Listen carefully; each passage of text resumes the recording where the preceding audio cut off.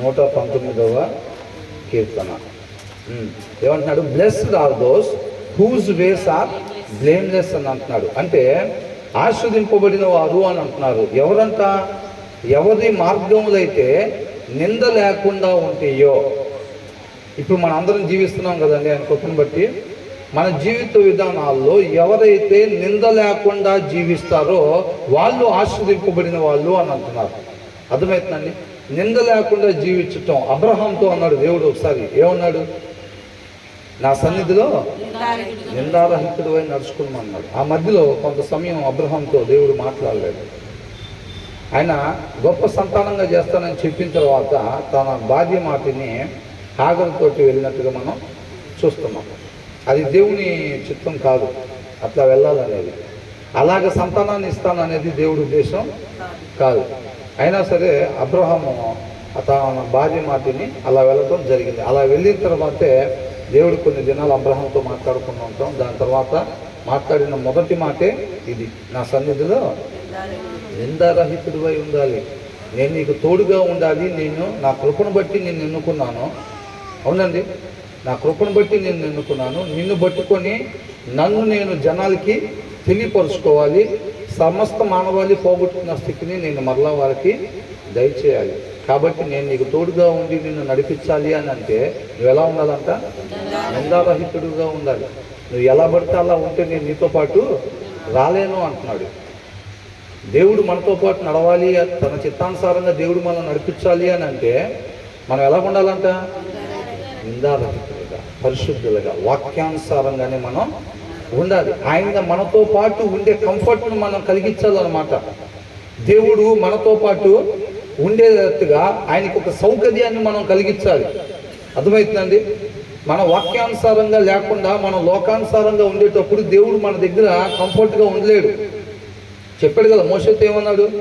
నేను మీతో రాను, మీరు వెళ్ళండి అన్నాడు. అప్పుడు వాళ్ళు ఏమన్నారు? మీరు వస్తేనే తప్ప మేము వెళ్ళాము.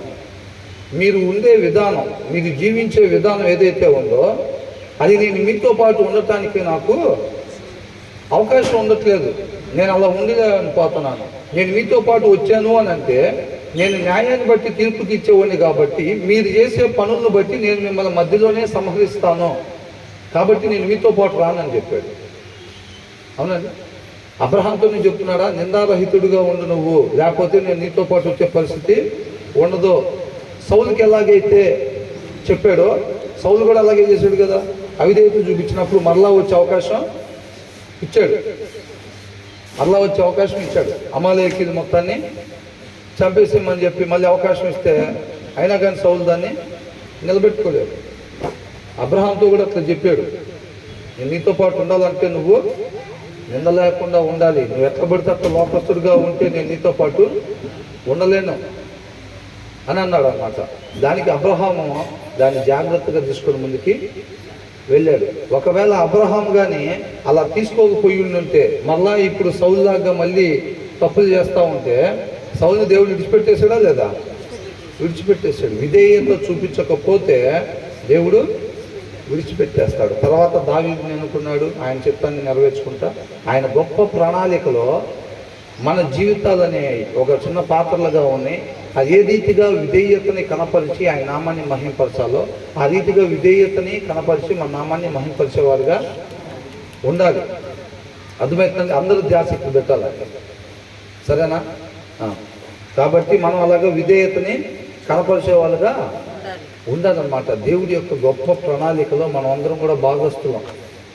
అబ్రహాం ఎట్లయితే విధేయత చూపించి వెళ్ళిపోయాడో, దేవుడి నామాన్ని మహింపరిచి వెళ్ళిపోయాడో, మోషే ఎట్లా వెళ్ళిపోయాడో, దావీదు ఎట్లా వెళ్ళిపోయాడో, మనం కూడా అదే రీతిగా చక్కగా విధేయత కనపరిచి మన ద్వారా దేవుడు ఏదైతే చేద్దాం అనుకుంటున్నాడో అది దేవుడు చేసేటట్టుగా మన విధేయతను చూపించి మనతో పాటు ఆయన ఉండేటట్టుగా సౌకర్యాన్ని కలిగించాలన్నమాట. మనం వాక్యానుసారంగా మనం లేకపోతే మనతో పాటు దేవుడు ఉండడు, దాంట్లో డౌటే లేదు.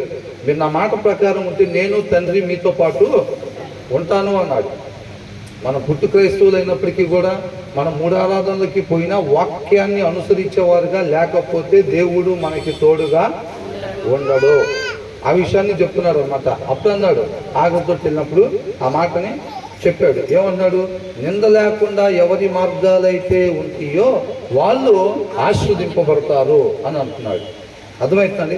తర్వాత అంటున్నాడు, who walk according to the law of the lord అని అంటున్నాడు. దేవుని యొక్క ధర్మశాస్త్ర ప్రకారంగా ఎవరైతే నడుచుకుంటారో వాళ్ళు ఆశీర్వదింపబడిన వాళ్ళు అని అంటున్నారు. ఎవరంతా ఆశీర్వదింపబడిన వాళ్ళు? మనం ఏం పెట్టుకోవాలి ఇప్పుడు? దేవుని యొక్క వాక్యం, ఆయన మాట ఇది. మీరు ఇలా ఉండండి అని చెప్పి మనకు తండ్రిగా ఆయన మాటని తెలియపరుస్తున్నాడు. ఆ మాట ప్రకారంగా మనం ఉంటే చక్కగా డిస్టర్బ్ చేయగలిగిన కానీ చేసే ప్రయత్నం చేస్తున్నారు.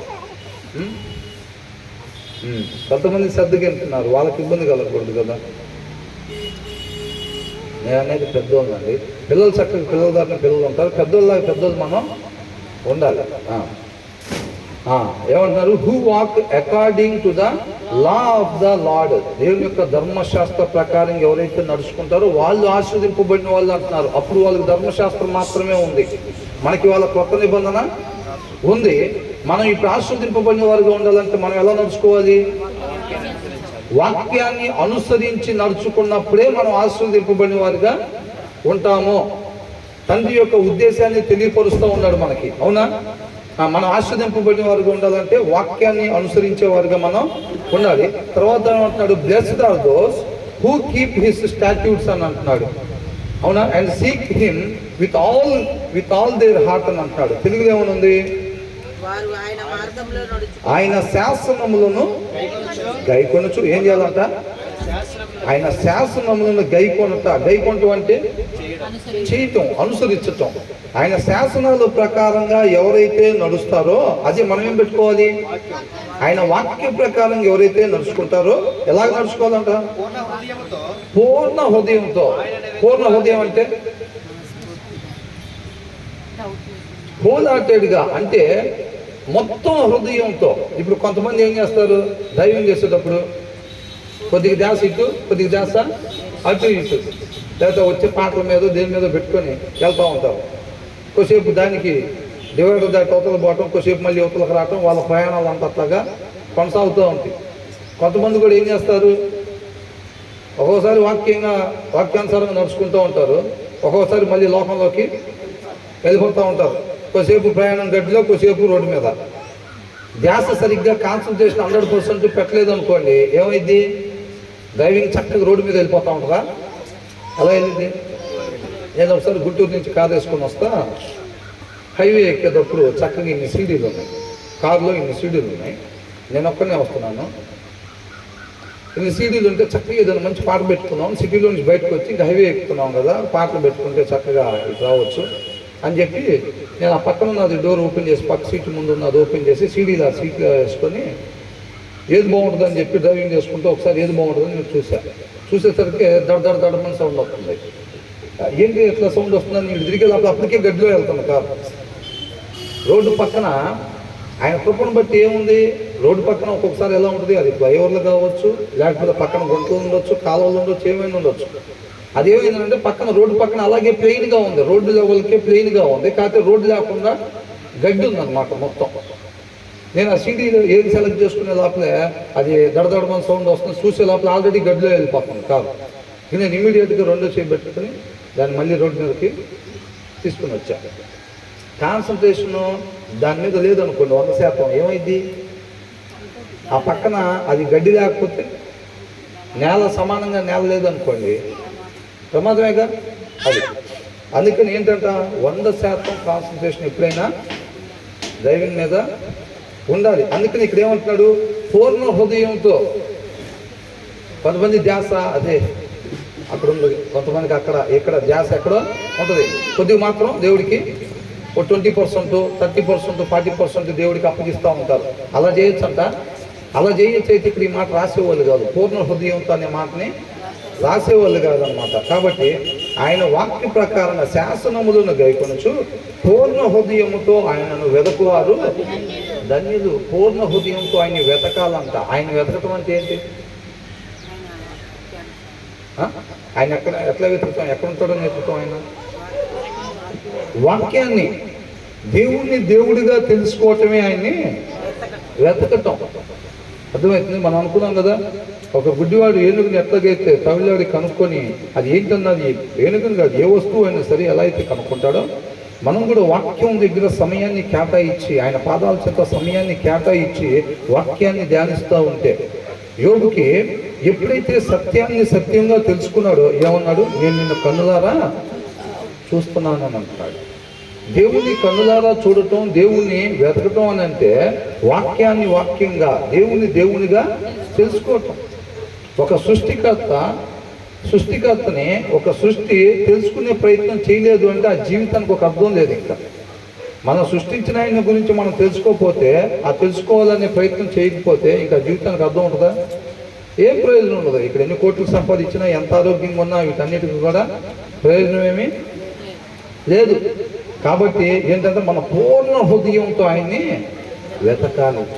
దప్పికున్న వారులాగా, ఇప్పుడు ఎడారిలో నీళ్ళ కొరకు ఎలాగైతే ఎదురు చూస్తామో, ఆయన వాక్యం కొరకంట ప్రతి మనిషి కూడా ఈ భూమి మీద అలాగా ఎదురు చూడాలి.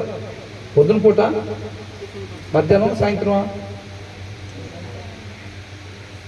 కరెక్ట్గా చెప్పాలి. వాక్యం ఏమని ఉంది, ఎప్పుడని ఉంది. దావీదు ఎప్పుడెప్పుడు చేశాడు, దానియేలు ఎప్పుడెప్పుడు చేశాడు, మిగతా వాళ్ళు ఎప్పుడెప్పుడు చేశాడు, ఎప్పుడెప్పుడు ఉండాలి అట్లా, ఎప్పుడెప్పుడు అలా ఉండాలి. మనం నిత్యము దివారాత్రులు ఏదైనా మనం జీవించి ఉన్న ప్రతి క్షణం కూడా మనం వాక్యం కొరకు అలాగే ఉండాలన్నమాట. అంటే తండ్రి ఉద్దేశం ప్రతి మనిషి కూడా భూమి మీద ఈ రీతిగా ఉండాలి అనేది మనకు చూపిస్తారు. అర్థమవుతుందండి.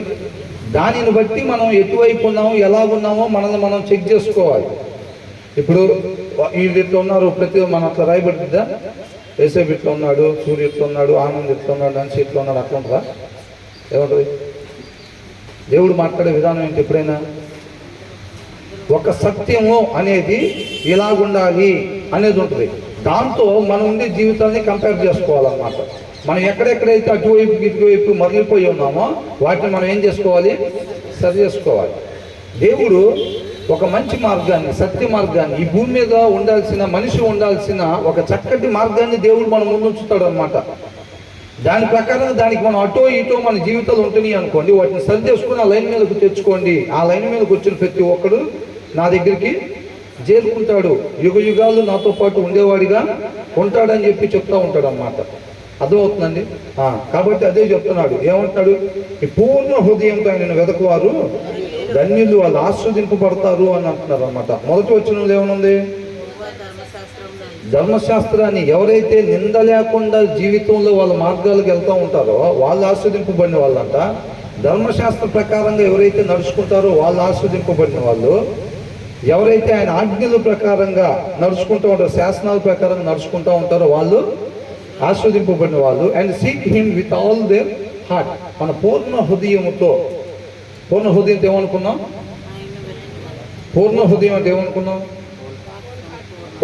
పూర్తి హృదయంతో అని అనమాట. పూర్తి హృదయంతో. అర్థమవుతుందండి. మనం పూర్తి హృదయంతో ఆయన్ని వెతికేవారిగా ఉండాలన్నమాట.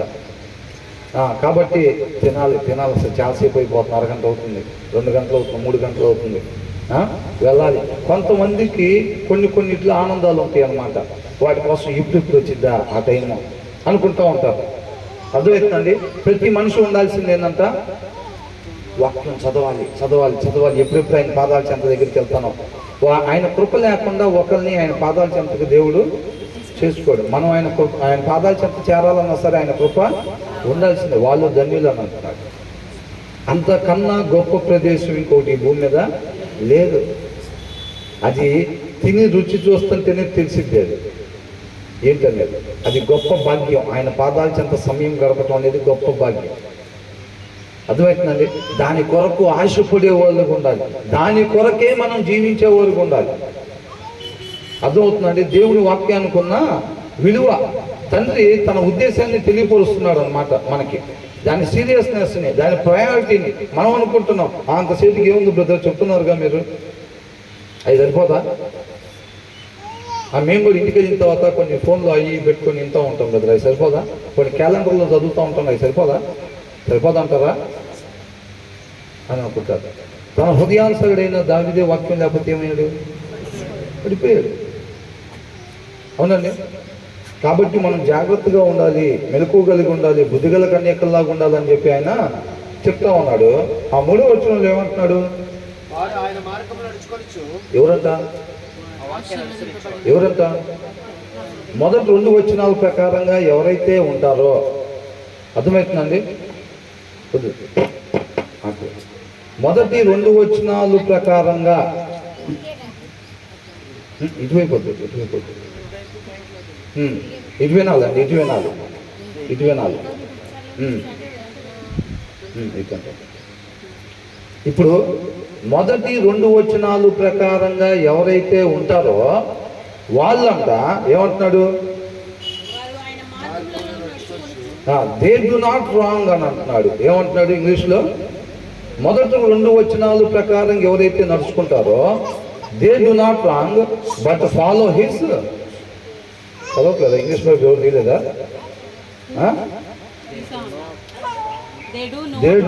They do no wrong but follow his ways అని అంటారు. ఆయన మార్గాన్ని వాళ్ళు తప్పు ఏంటంటే వాళ్ళు తప్పు చెయ్యరు అని అంటున్నాడు. అర్థమవుతుందండి? ఎవరైతే ధర్మశాస్త్రంలో అప్పట్లో ధర్మశాస్త్రంలో ఉన్న దాని ప్రకారంగా నడుచుకుంటారో, ఇప్పుడైతే వాక్యాన్ని ధ్యానిస్తా వాక్యంలో ఉన్న దాని ప్రకారంగా నడుచుకుంటూ ఉంటారో వాళ్ళు ఎప్పుడు కూడా తప్పు చేయరు అని అంటున్నాడు. వాక్యాన్ని ధ్యానించట్లేదు అనుకోండి, ఏమైంది? వాక్యాన్ని ధ్యానించకపోతే వాక్యాన్ని అనుసరించలేము. అదే చెప్తున్నాడు. నువ్వు వాక్యానుసారంగా ఉండాలి అని అంటే నువ్వు మొదటగా వాక్యాన్ని ధ్యానించాలి. ధ్యానిస్తూ ఉంటే ఆ ఆశ నీలో పుడుతూ ఉండిద్ది అనమాట. ఆ ఆశ పుట్టినప్పుడు మనం ఆయన్ని అంతగా ఆశ్రయిస్తాము. మనం ఆయన ఎంతగా ఆశ్రయిస్తే ఆయన మనం అంతగా తృప్తిపరుస్తాడు. వాక్యమే మన శరీరంలో గుండా మన శరీర ఒక నియమం ఉంది కదండి. మన శరీరంలో ఒక నియమం ఉందిగా. పొలిగారు ఏమన్నారు? వేరొక నియమం నా శరీరంలో కనపడుతూ ఉంది, నేను ఒకటి చేద్దాం అనుకుంటున్నాను కానీ ఇంకొకటి చేస్తున్నా నేను అని అంటున్నాడు. నువ్వు అనుకున్న వైపే వెళ్ళాలి అని అంటే దాంట్లో వాక్యం ఉండాలన్నమాట. అంటే ఒక ట్రైన్ బొగ్గించిన ఎలాగైతే వెళ్ళేది, బొగ్గేయటం ఆపేస్తే ఏమైంది? ఆగిపోయింది. ఇదేమైందంటే దానికి బొగ్గు లోపల వేయకపోతే వేరేది ఉండదు కాబట్టి అది ఆగిపోయింది. కానీ దీంట్లో అలా కాదండి. ఈ హృదయం అనేది బాల్యం నుంచి ఎలాంటిదంట? మోసకరమైంది. నువ్వు వాక్యం వేస్తా ఉంటే నీకు ఆత్మడు చెప్తున్నాడు పోతా ఉంటుంది. నువ్వు దాని లోపల వాక్యం వేయలేదు అనుకోండి, అదేమి దాకా ఆగిపోదు. దాని లోపల ఆల్రెడీ వేరే చెడు ఒకటి పనిచేస్తూ ఉంటుంది. నువ్వు ఎప్పుడైతే వాక్యం వేయలేదో అప్పటి నుంచి అది ఆ చెడు ప్రకారంగా టర్న్ తీసుకుని వెళ్ళిపోతూ ఉంటుంది. ఒక్కోసారి ఎలా ఉంటుందంటే కొన్ని క్రాసింగ్స్ రోడ్లో ఇలాగా లెఫ్ట్ తీసుకొని రైట్ తీసుకొని అలా ఉండవు, స్లైట్ వేరియేషన్ ఉంటాయి అన్నమాట. స్లైట్ టర్న్ ఉంటాయి. అంటే ఇలా పోయేది కొంచెం ఇటు తిరిగి ఇట్లా వెళ్ళిపోయింది, మనకు తెలియదు తిరిగినట్టు కూడా. అది డ్రైవింగ్ చేసే వాళ్ళకి ఇప్పుడు ట్రైన్ కూడా కొంచెం ఒక్కొక్కసారి పట్టాలు ఇట్లా మాది వెళ్ళినట్టుగా మనకు తెలియదు కూడా తెలియదు, అలా ఉండిద్ది అనమాట. అర్థమవుతుందండి? హృదయంలో వాక్యం లేకపోతే మన శరీరాన్ని అనుసరిస్తున్నట్టుగా మనకి తెలియనట్టుగా ఉంటుంది. అర్థమవుతుంది.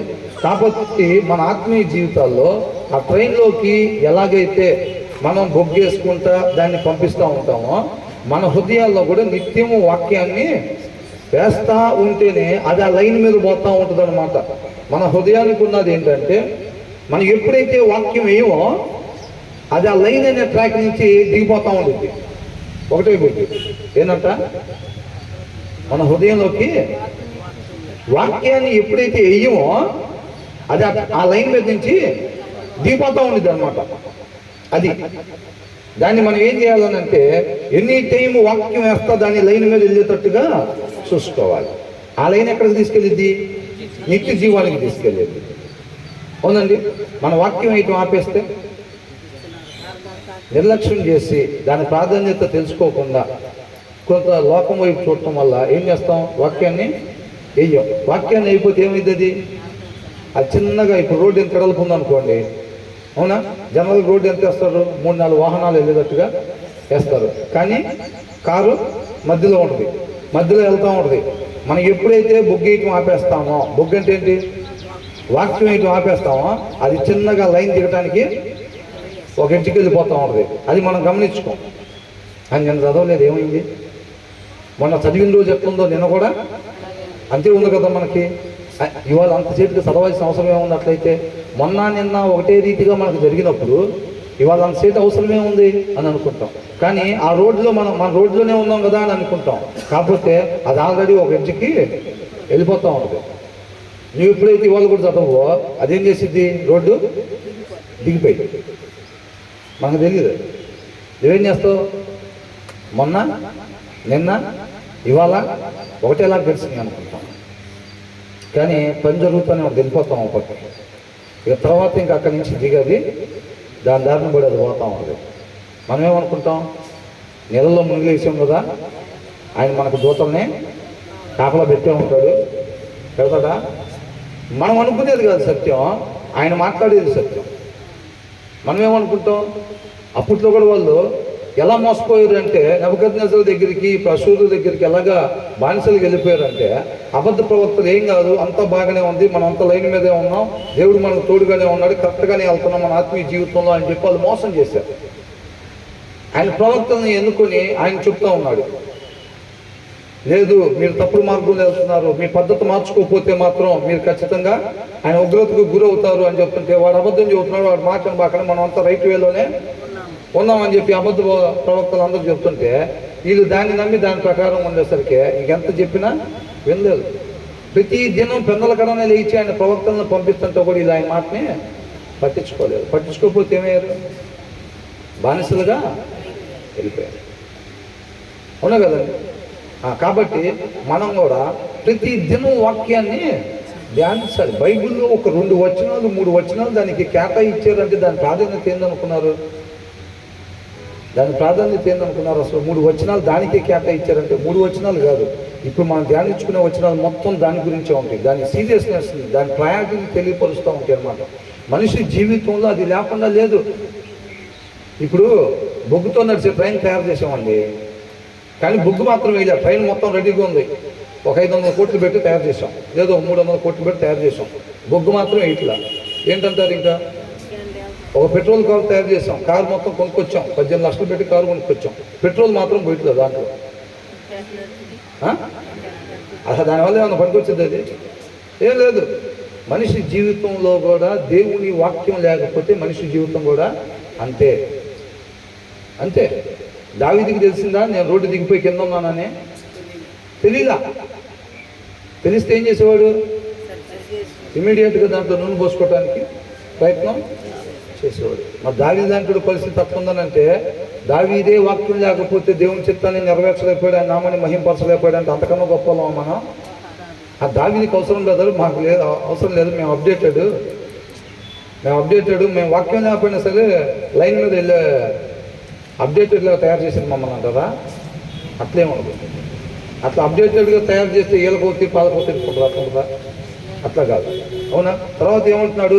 వాళ్ళు ఎవరైతే వాక్యానుసారంగా నడుచుకుంటారో, పూర్ణ హృదయముతో ఆయన్ని వెతుకుతారో వాళ్ళంట ఏ పాపం కూడా చేయరు అని అంటున్నాడు. They do no wrong but follow his ways. ఆయన మార్గాల్ని అనుసరించే వాళ్ళుగా ఉంటారు. మనం చేసిన పని ఏంటి? మన సొంత మార్గాలు పెట్టుకుని ఆ మార్గాలు వెళ్ళాలా, లేకపోతే ఆయన మార్గాలు వెళ్ళాలా? ఏకభావం, ఏక మనస్సు అని అంటే మనం అందరం కూడా ఆయన మార్గంలో వెళ్ళటం. మనిషికి ఒక మార్గాన్ని ఏర్పాటు చేసుకొని, మనిషికి ఒక ఉద్దేశాలను ఏర్పాటు చేసుకుంటే ఒకటేసారి కూర్చున్నంత మాత్రాన మనకు అది ఏకభావం, ఏక మనస్సు ఉన్నట్టు కాదు. అందరం కూడా ఎప్పుడైతే ఆయన మార్గాల ప్రకారంగా నడుచుకుంటా వెళ్తామో అప్పుడే మనం ఏకభావం కలిగి ఉన్న వాళ్ళం అన్నమాట. అవునా? ఇప్పుడు ఈ చెయ్యి దేనికోసం పనిచేసింది? ఈ తల కోసం పనిచేస్తూ ఉంటుంది. ఈ కాలు దేనికోసం పనిచేసింది? ఈ తల కోసం పనిచేస్తూ ఉంటుంది. ప్రతి ఒక్కటి కూడా మనమందరం కూడా ఆయన శరీరంలో అవయవాలు అయి ఉన్నాం, ఆయన శిరస్సు అయి ఉన్నాడు. మనమందరం దేనికోసం పనిచేయాలి? ఒక్కొక్కదానికి ఒక్కొక్క ఉద్దేశం ఉంటుందా? ఈ చేతికి దాని సొంత ఇష్టం నెరవేర్చుకోవటానికి ఉందా? లేదు. ఇక్కడ ఏది ఆలోచన, ఇక్కడి నుంచి కమెంట్స్ వస్తే దాని ప్రకారంగా చెయ్యి. ఇక్కడ ఏదో దోమ పుట్టింది, ఏమొచ్చింది? అక్కడ నొప్పి కలగగానే ఇక్కడ నుంచి సెన్స్ ఏం చెప్పింది? చెయ్యికి వెళ్ళి అక్కడ దాన్ని కొట్టని చెప్పింది. అవునా? కానీ నేను ఇక్కడ కొట్టలేదు, తర్వాత కొట్టుకుంటా అంటదా? ఏమంటుంది? ఇమీడియట్గా ఆ సెన్స్ చెప్పింది, అదే అక్కడ పోయి వాటర్ తాగుద్దాం అని అనుకుంటాం. అనుకోగానే ఏం చెప్పింది? కాళ్ళకి పదాక్కడ కాదు. పదాక్కడ కదంగానే కాళ్ళు ఏం చేస్తాయి? నడుచుకుంటూ వెళ్తూ ఉంటాయి. ఈ చెయ్యి అయినా అంతే. ఇప్పుడు నేను తినాలి సెన్స్ చెప్తూ ఉంటుంది. అప్పుడు అన్నం ఇక్కడికి రాగానే ఏమైంది? ఆటోమేటిక్గా నోరు తెలుస్తూ ఉంటుంది. అంటే ఈ అవయవాలన్నీ దేనికి పనిచేస్తూ ఉంటాయి? దీనికోసం శిరస్సు కొరకే ప్రతి అవయవం కూడా పనిచేస్తూ ఉంటుంది అన్నమాట. మనం కూడా ఇప్పుడు చేతి ఉద్దేశం చేతికి, కాలు ఉద్దేశం కాలికి, ఏం అర్థం చేస్తున్నావు? మన తల కోసం పనిచేయాలి కదా అని కాలు చేతితో చెప్పానుకో, ఎవరు చేస్తాడు రా? నాకందరూ కొన్ని సొంత ఉద్దేశాలు ఉన్నాయి, వాటి కోసం నేను పని చేసుకోవాలి, తల కోసం పనిచేసే తీర్పులో నాకు లేదు. అపవాది ఏం చేశాడు? సృష్టికర్త నా మహిమ కొరకు జీవించాడా? లేదు, తన సొంత ఇష్టాన్ని. అవునా? ఇప్పుడు అవకేం చెప్పాడు? పండు తినొద్దు. తల దగ్గర నుంచి ఆర్డర్స్ వచ్చినాయి. ఏమని? మీరు చావుకుండా ఉండే నిమిత్తం మీరు ఆ పండు తినకుండా ఉండాలని. ఈ చెయ్యి ఏం చేసింది? చెప్పిందిలే, తల చెప్తే చెప్పిందిలే, నాకు తినాలనిపిస్తుంది పండు. ఈ చేతికి ఏందంట? ఈ చెయ్యి ఎవరు? అపవాది. అవునా? అంటే వాళ్ళ సొంత ఇష్టాలు హ్యాంగ్ అయిపోయినట్టుగా అనమాట. ఇప్పుడు చెయ్యి పడిపోయింది అనుకోండి, పని చేయట్లేదు అనుకోండి, అదేమైంది? తల చెప్పినట్టు కాకుండా దాని ఇష్టానుసారంగా ఊగిపోతా ఉంటుంది. ఎట్టో కట్టి ఊగిపోవటం, అది ఇది. అమ్మ ఇది పట్టుకోవాలంటే పట్టుకోవటం ఉండదండి అంటే కదులుతుంది కదా అంటే అది ఓటనే ఇక్కడ దాకా కట్ అయిపోయి ఇక్కడ నుంచి పని చేయనట్టుగా దాని ఇష్టం వచ్చినట్టుగా కదులుతూ ఉంటుంది అనుకుంటాం. ఫోన్ కూడా మనం చెప్పినట్టు మనం నడిపించినట్టు కాకుండా దానికి అదే మారిపోతుంది అనుకోండి, ఏమంటాం? హ్యాంగ్ అయిపోయింది అంటాం. హ్యాంగ్ అయిందంటే దాని ఇష్టానుసారంగా పని చేసుకుంటుంది. అది దాని సృష్టికర్త ఎవరైతే ఏ ఉద్దేశం కొరకు తయారు చేశాడో ఆ ఉద్దేశం కొరకు అది పని చేయట్లేదు అని. మనమందరం కూడా క్రీస్తుకి ఏమై ఉన్నామంట? మనం అందరం శిరస్సు అయి ఉన్నామా? అది మనం అందరం ఏకంగా క్రీస్తుకే శిరస్సు అయి ఉన్నామంట. మామూలు వాళ్ళు ఉన్నారు. ఏం పలుకుతున్నామో కూడా చూడండి, మరి ఎంత జాగ్రత్తగా ఉన్నాము. అవునా? ఏం చేయాలి ఇప్పుడు? దీన్ని పెట్టుకొని బయటికి వెళ్ళి ఏం చేయాలి? కాదండి, ఇప్పుడు మూత పెట్టి ఉంచి బాటిల్లో ట్యాప్ కింద ఎంతసేపు పెడితే ప్రయోజనం ఉంటుంది? అందరికన్నా ముందే తీసుకొచ్చాం బిందె మీద మూత పెట్టి తీసుకొచ్చి ఆడ పెట్టాము, నీళ్ళు పోయిందాక మన బిందె ఉంచాం, తర్వాత బిందె తీసాం పక్కకి. ఏమైంది? ప్రయోజనం ఉంటుందా? కెమెరాకు ముందు క్యాప్ తీయకుండా ఎన్ని ఫోటోలు తీస్తే ప్రయోజనం ఉంటుంది? పూర్ణ హృదయంతో అని చెప్తుంటే బ్రదర్ 3వ వచనం దగ్గరికి ఏమన్నారేంటి? వెళ్ళండి 15వ వచనం దాకా. 15వ వచనం దగ్గరికి 3వ వచనం దగ్గరికి 30 సార్లు చెబుతుంటేనే ఒక్కొక్క వచనం మనం అందరం క్రీస్తుకి ఏమైందంటే శిరస్సు అయి ఉన్నామని చెబుతున్నారు. అంటే ఒక్కొక్క వచనం 30 సార్లు చెబుతుంటే మనం శిరస్సు అయి ఉన్నామన్నామంటే 30 సరిపోయిందా? సరిపోలేదా? సరిపోలా. అంటే లెక్క అయితే ఇంకా మొదటి వచనమే మనం ధ్యానించుకుంటూ ఉండాలి. మరి అంతే కదా. ఇప్పుడు వాడు చెప్పాడండి, అర్థం కాలేదు. అర్థం కాకపోయినా సరే తర్వాత చెప్పుకుంటూ వెళ్ళిపోతారు. ఇంకా చెప్పుకుంటూ వెళ్ళిపోకూడదు. అట్లాగా వాళ్ళకి అర్థమయ్యేటట్టు చెప్పి మళ్ళీ తర్వాతది చెప్పాలి. కాకపోతే ఈ వారం అర్థం కాకపోతే వచ్చే వారం అయినా రెండోది చెప్పాలి. అంతే తప్ప అర్థమైంది కొద్దిగా సార్ అంతవరకు చెప్పాలి. అంతేనా కదా? అట్లా మనం అందరం కూడా ఆయనకి అవయవాలు అయి ఉన్నాం కాబట్టి ప్రతిదీ కూడా ఆయన చిత్తానుసారంగా ఆయన మార్గంలో ప్రకారం మాత్రమే మనం వెళ్ళేవాళ్ళు ఉండాలి. ఎవరు కాదు సొంత మార్గాలు పెట్టుకోవటానికి వీళ్ళు లేదు అని అంటున్నాడు. ఆ తర్వాత ఏమంటున్నాడు?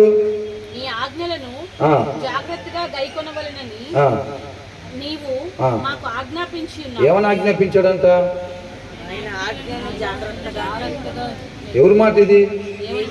దేవుని మాట. అర్థమవుతుందండి? మన సృష్టికర్త యొక్క మాట. ఏమంటున్నాడు? నా మాట ప్రకారంగా మీరు జాగ్రత్తగా నేను వధం రాపించారు అక్కడ. అర్థమైందండి? నా మాట, ఆయన మాట అంటే ఏంటి? దేవుని వాక్యం. అర్థమైందండి? కాబట్టి నా మాట ప్రకారంగా మీరు జాగ్రత్తగా నడుచుకోవాలని చెప్పి నీవు మాకు ఆజ్ఞ ఇచ్చాడంట. ఆజ్ఞ అంటే ఏంటి? కుదిరితే చేయి, లేకపోతే లేదన్నాడా? ఎలా వెళ్తున్నావు కదా, కొద్దిగా ఏదైనా అవకాశం ఉంటే అక్కడ తీసుకొనిరా, అవకాశం ఉంటే లేకపోతే లేదంటున్నాడా? ఏమంటున్నాడు? ఆజ్ఞ ఖచ్చితంగా చేయాలి. నా మాట ప్రకారంగా మాత్రమే నువ్వు ఉండాలి అని చెప్పి తన ఉద్దేశాన్ని తెలియపరుస్తున్నాడు అన్నమాట. మరి మనం దాన్ని ఎలా తీసుకుంటున్నాం?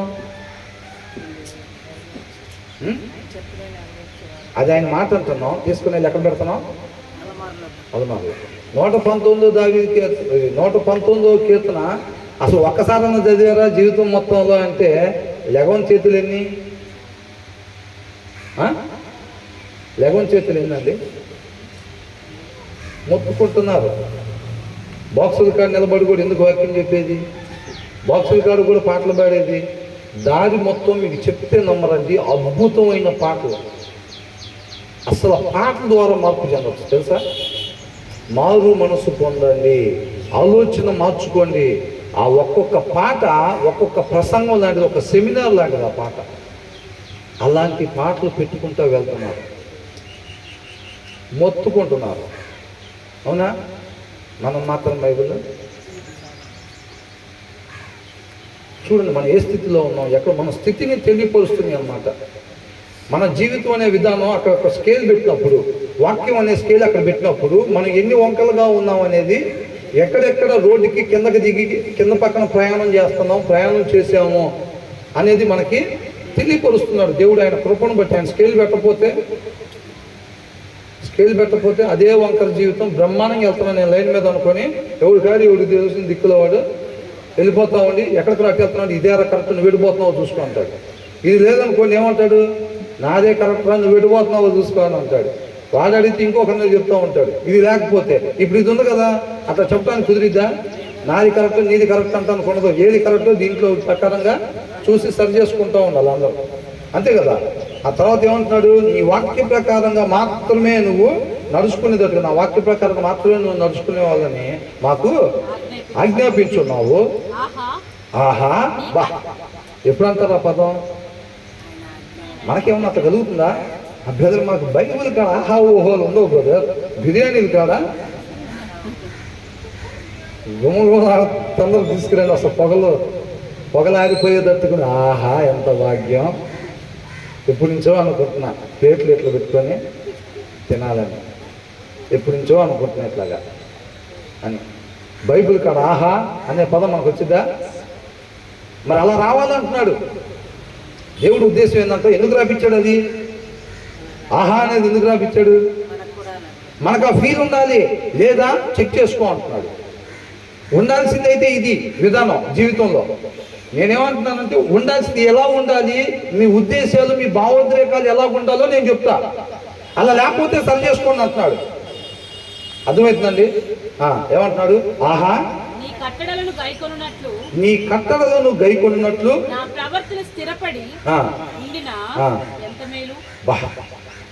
ఏం కోరుకుంటున్నాడంట? ఆ కీర్తన రాసిన ఆయన కోరుకుంటున్నాడంటే ఏందా ఉద్దేశం? ఎవరు కోరుకుంటున్నట్టు? దేవుడు కోరుకుంటున్నాడు. దేవుడు మాట కాకుండా వాళ్ళ సొంత మాట ఒక్కడు కూడా దీంట్లో రాయటానికి లేదు. అర్థమవుతుందండి? మనిషి ఏం కోరుకోవాలంట? ఏం కోరుకోవాలంట? ఆహా that my ways were steadfast in obeying your decrees అని అంటున్నాడు. అర్థమవుతుందండి? అంటే ఎలా ఉండాలంట? ఆయన కట్టడలను గైకొనున్నట్లు అంటే మనం ఏం పెట్టుకోవాలి అక్కడ? వాక్యాన్ని. ఆయన మాట ప్రకారంగా మాత్రమే నడుచుకునేటట్టుగా నా ప్రవర్తన స్థిరపడి ఉండిన ఎంత మేలు అసలు, అంతకన్నా గొప్ప భాగ్యం ఏంది అసలు. అవునా? ఇప్పుడు వాటర్ గన్స్ ఉంటాయి కదండి, పిల్లలు ఆడుకుంటారు కదా వాటర్ గన్స్. దాంట్లో మనం నీళ్ళు పోసి నొక్కుతుంటే, ఇప్పుడు ఎవరికో బాబుకు తీసుకొచ్చి అది నీళ్ళు పోసి నొక్కి ఆడుకోవడానికి ఇచ్చారు, నీళ్ళు పోసి ఇచ్చాడు వాళ్ళ డాడీ. వాళ్ళు పోయి డాడీ దీంట్లో నుంచి పాలు వస్తున్నాయి డాడీ అన్నాడు అనుకోండి. వాడు పోయి అక్కడెక్కడ సెంటర్లో ఆడుకుంటే డాడీ దీంట్లో నుంచి పాలు వస్తున్నాయి అని అంటే ఆ డాడీ ఏం చెప్తాడు? పాలు ఎందుకు వస్తారు, దాంట్లో నుంచి పాలు రావంటాడు. లేదు డాడీ పాలు వస్తున్నాయి దీంట్లో నుంచి, నేను అక్కడ ఆడుకున్నా చూద్దురా అని అంటే వాళ్ళ డాడీ ఏమంటాడు? చూస్తానికి వెళ్తాడంట. అది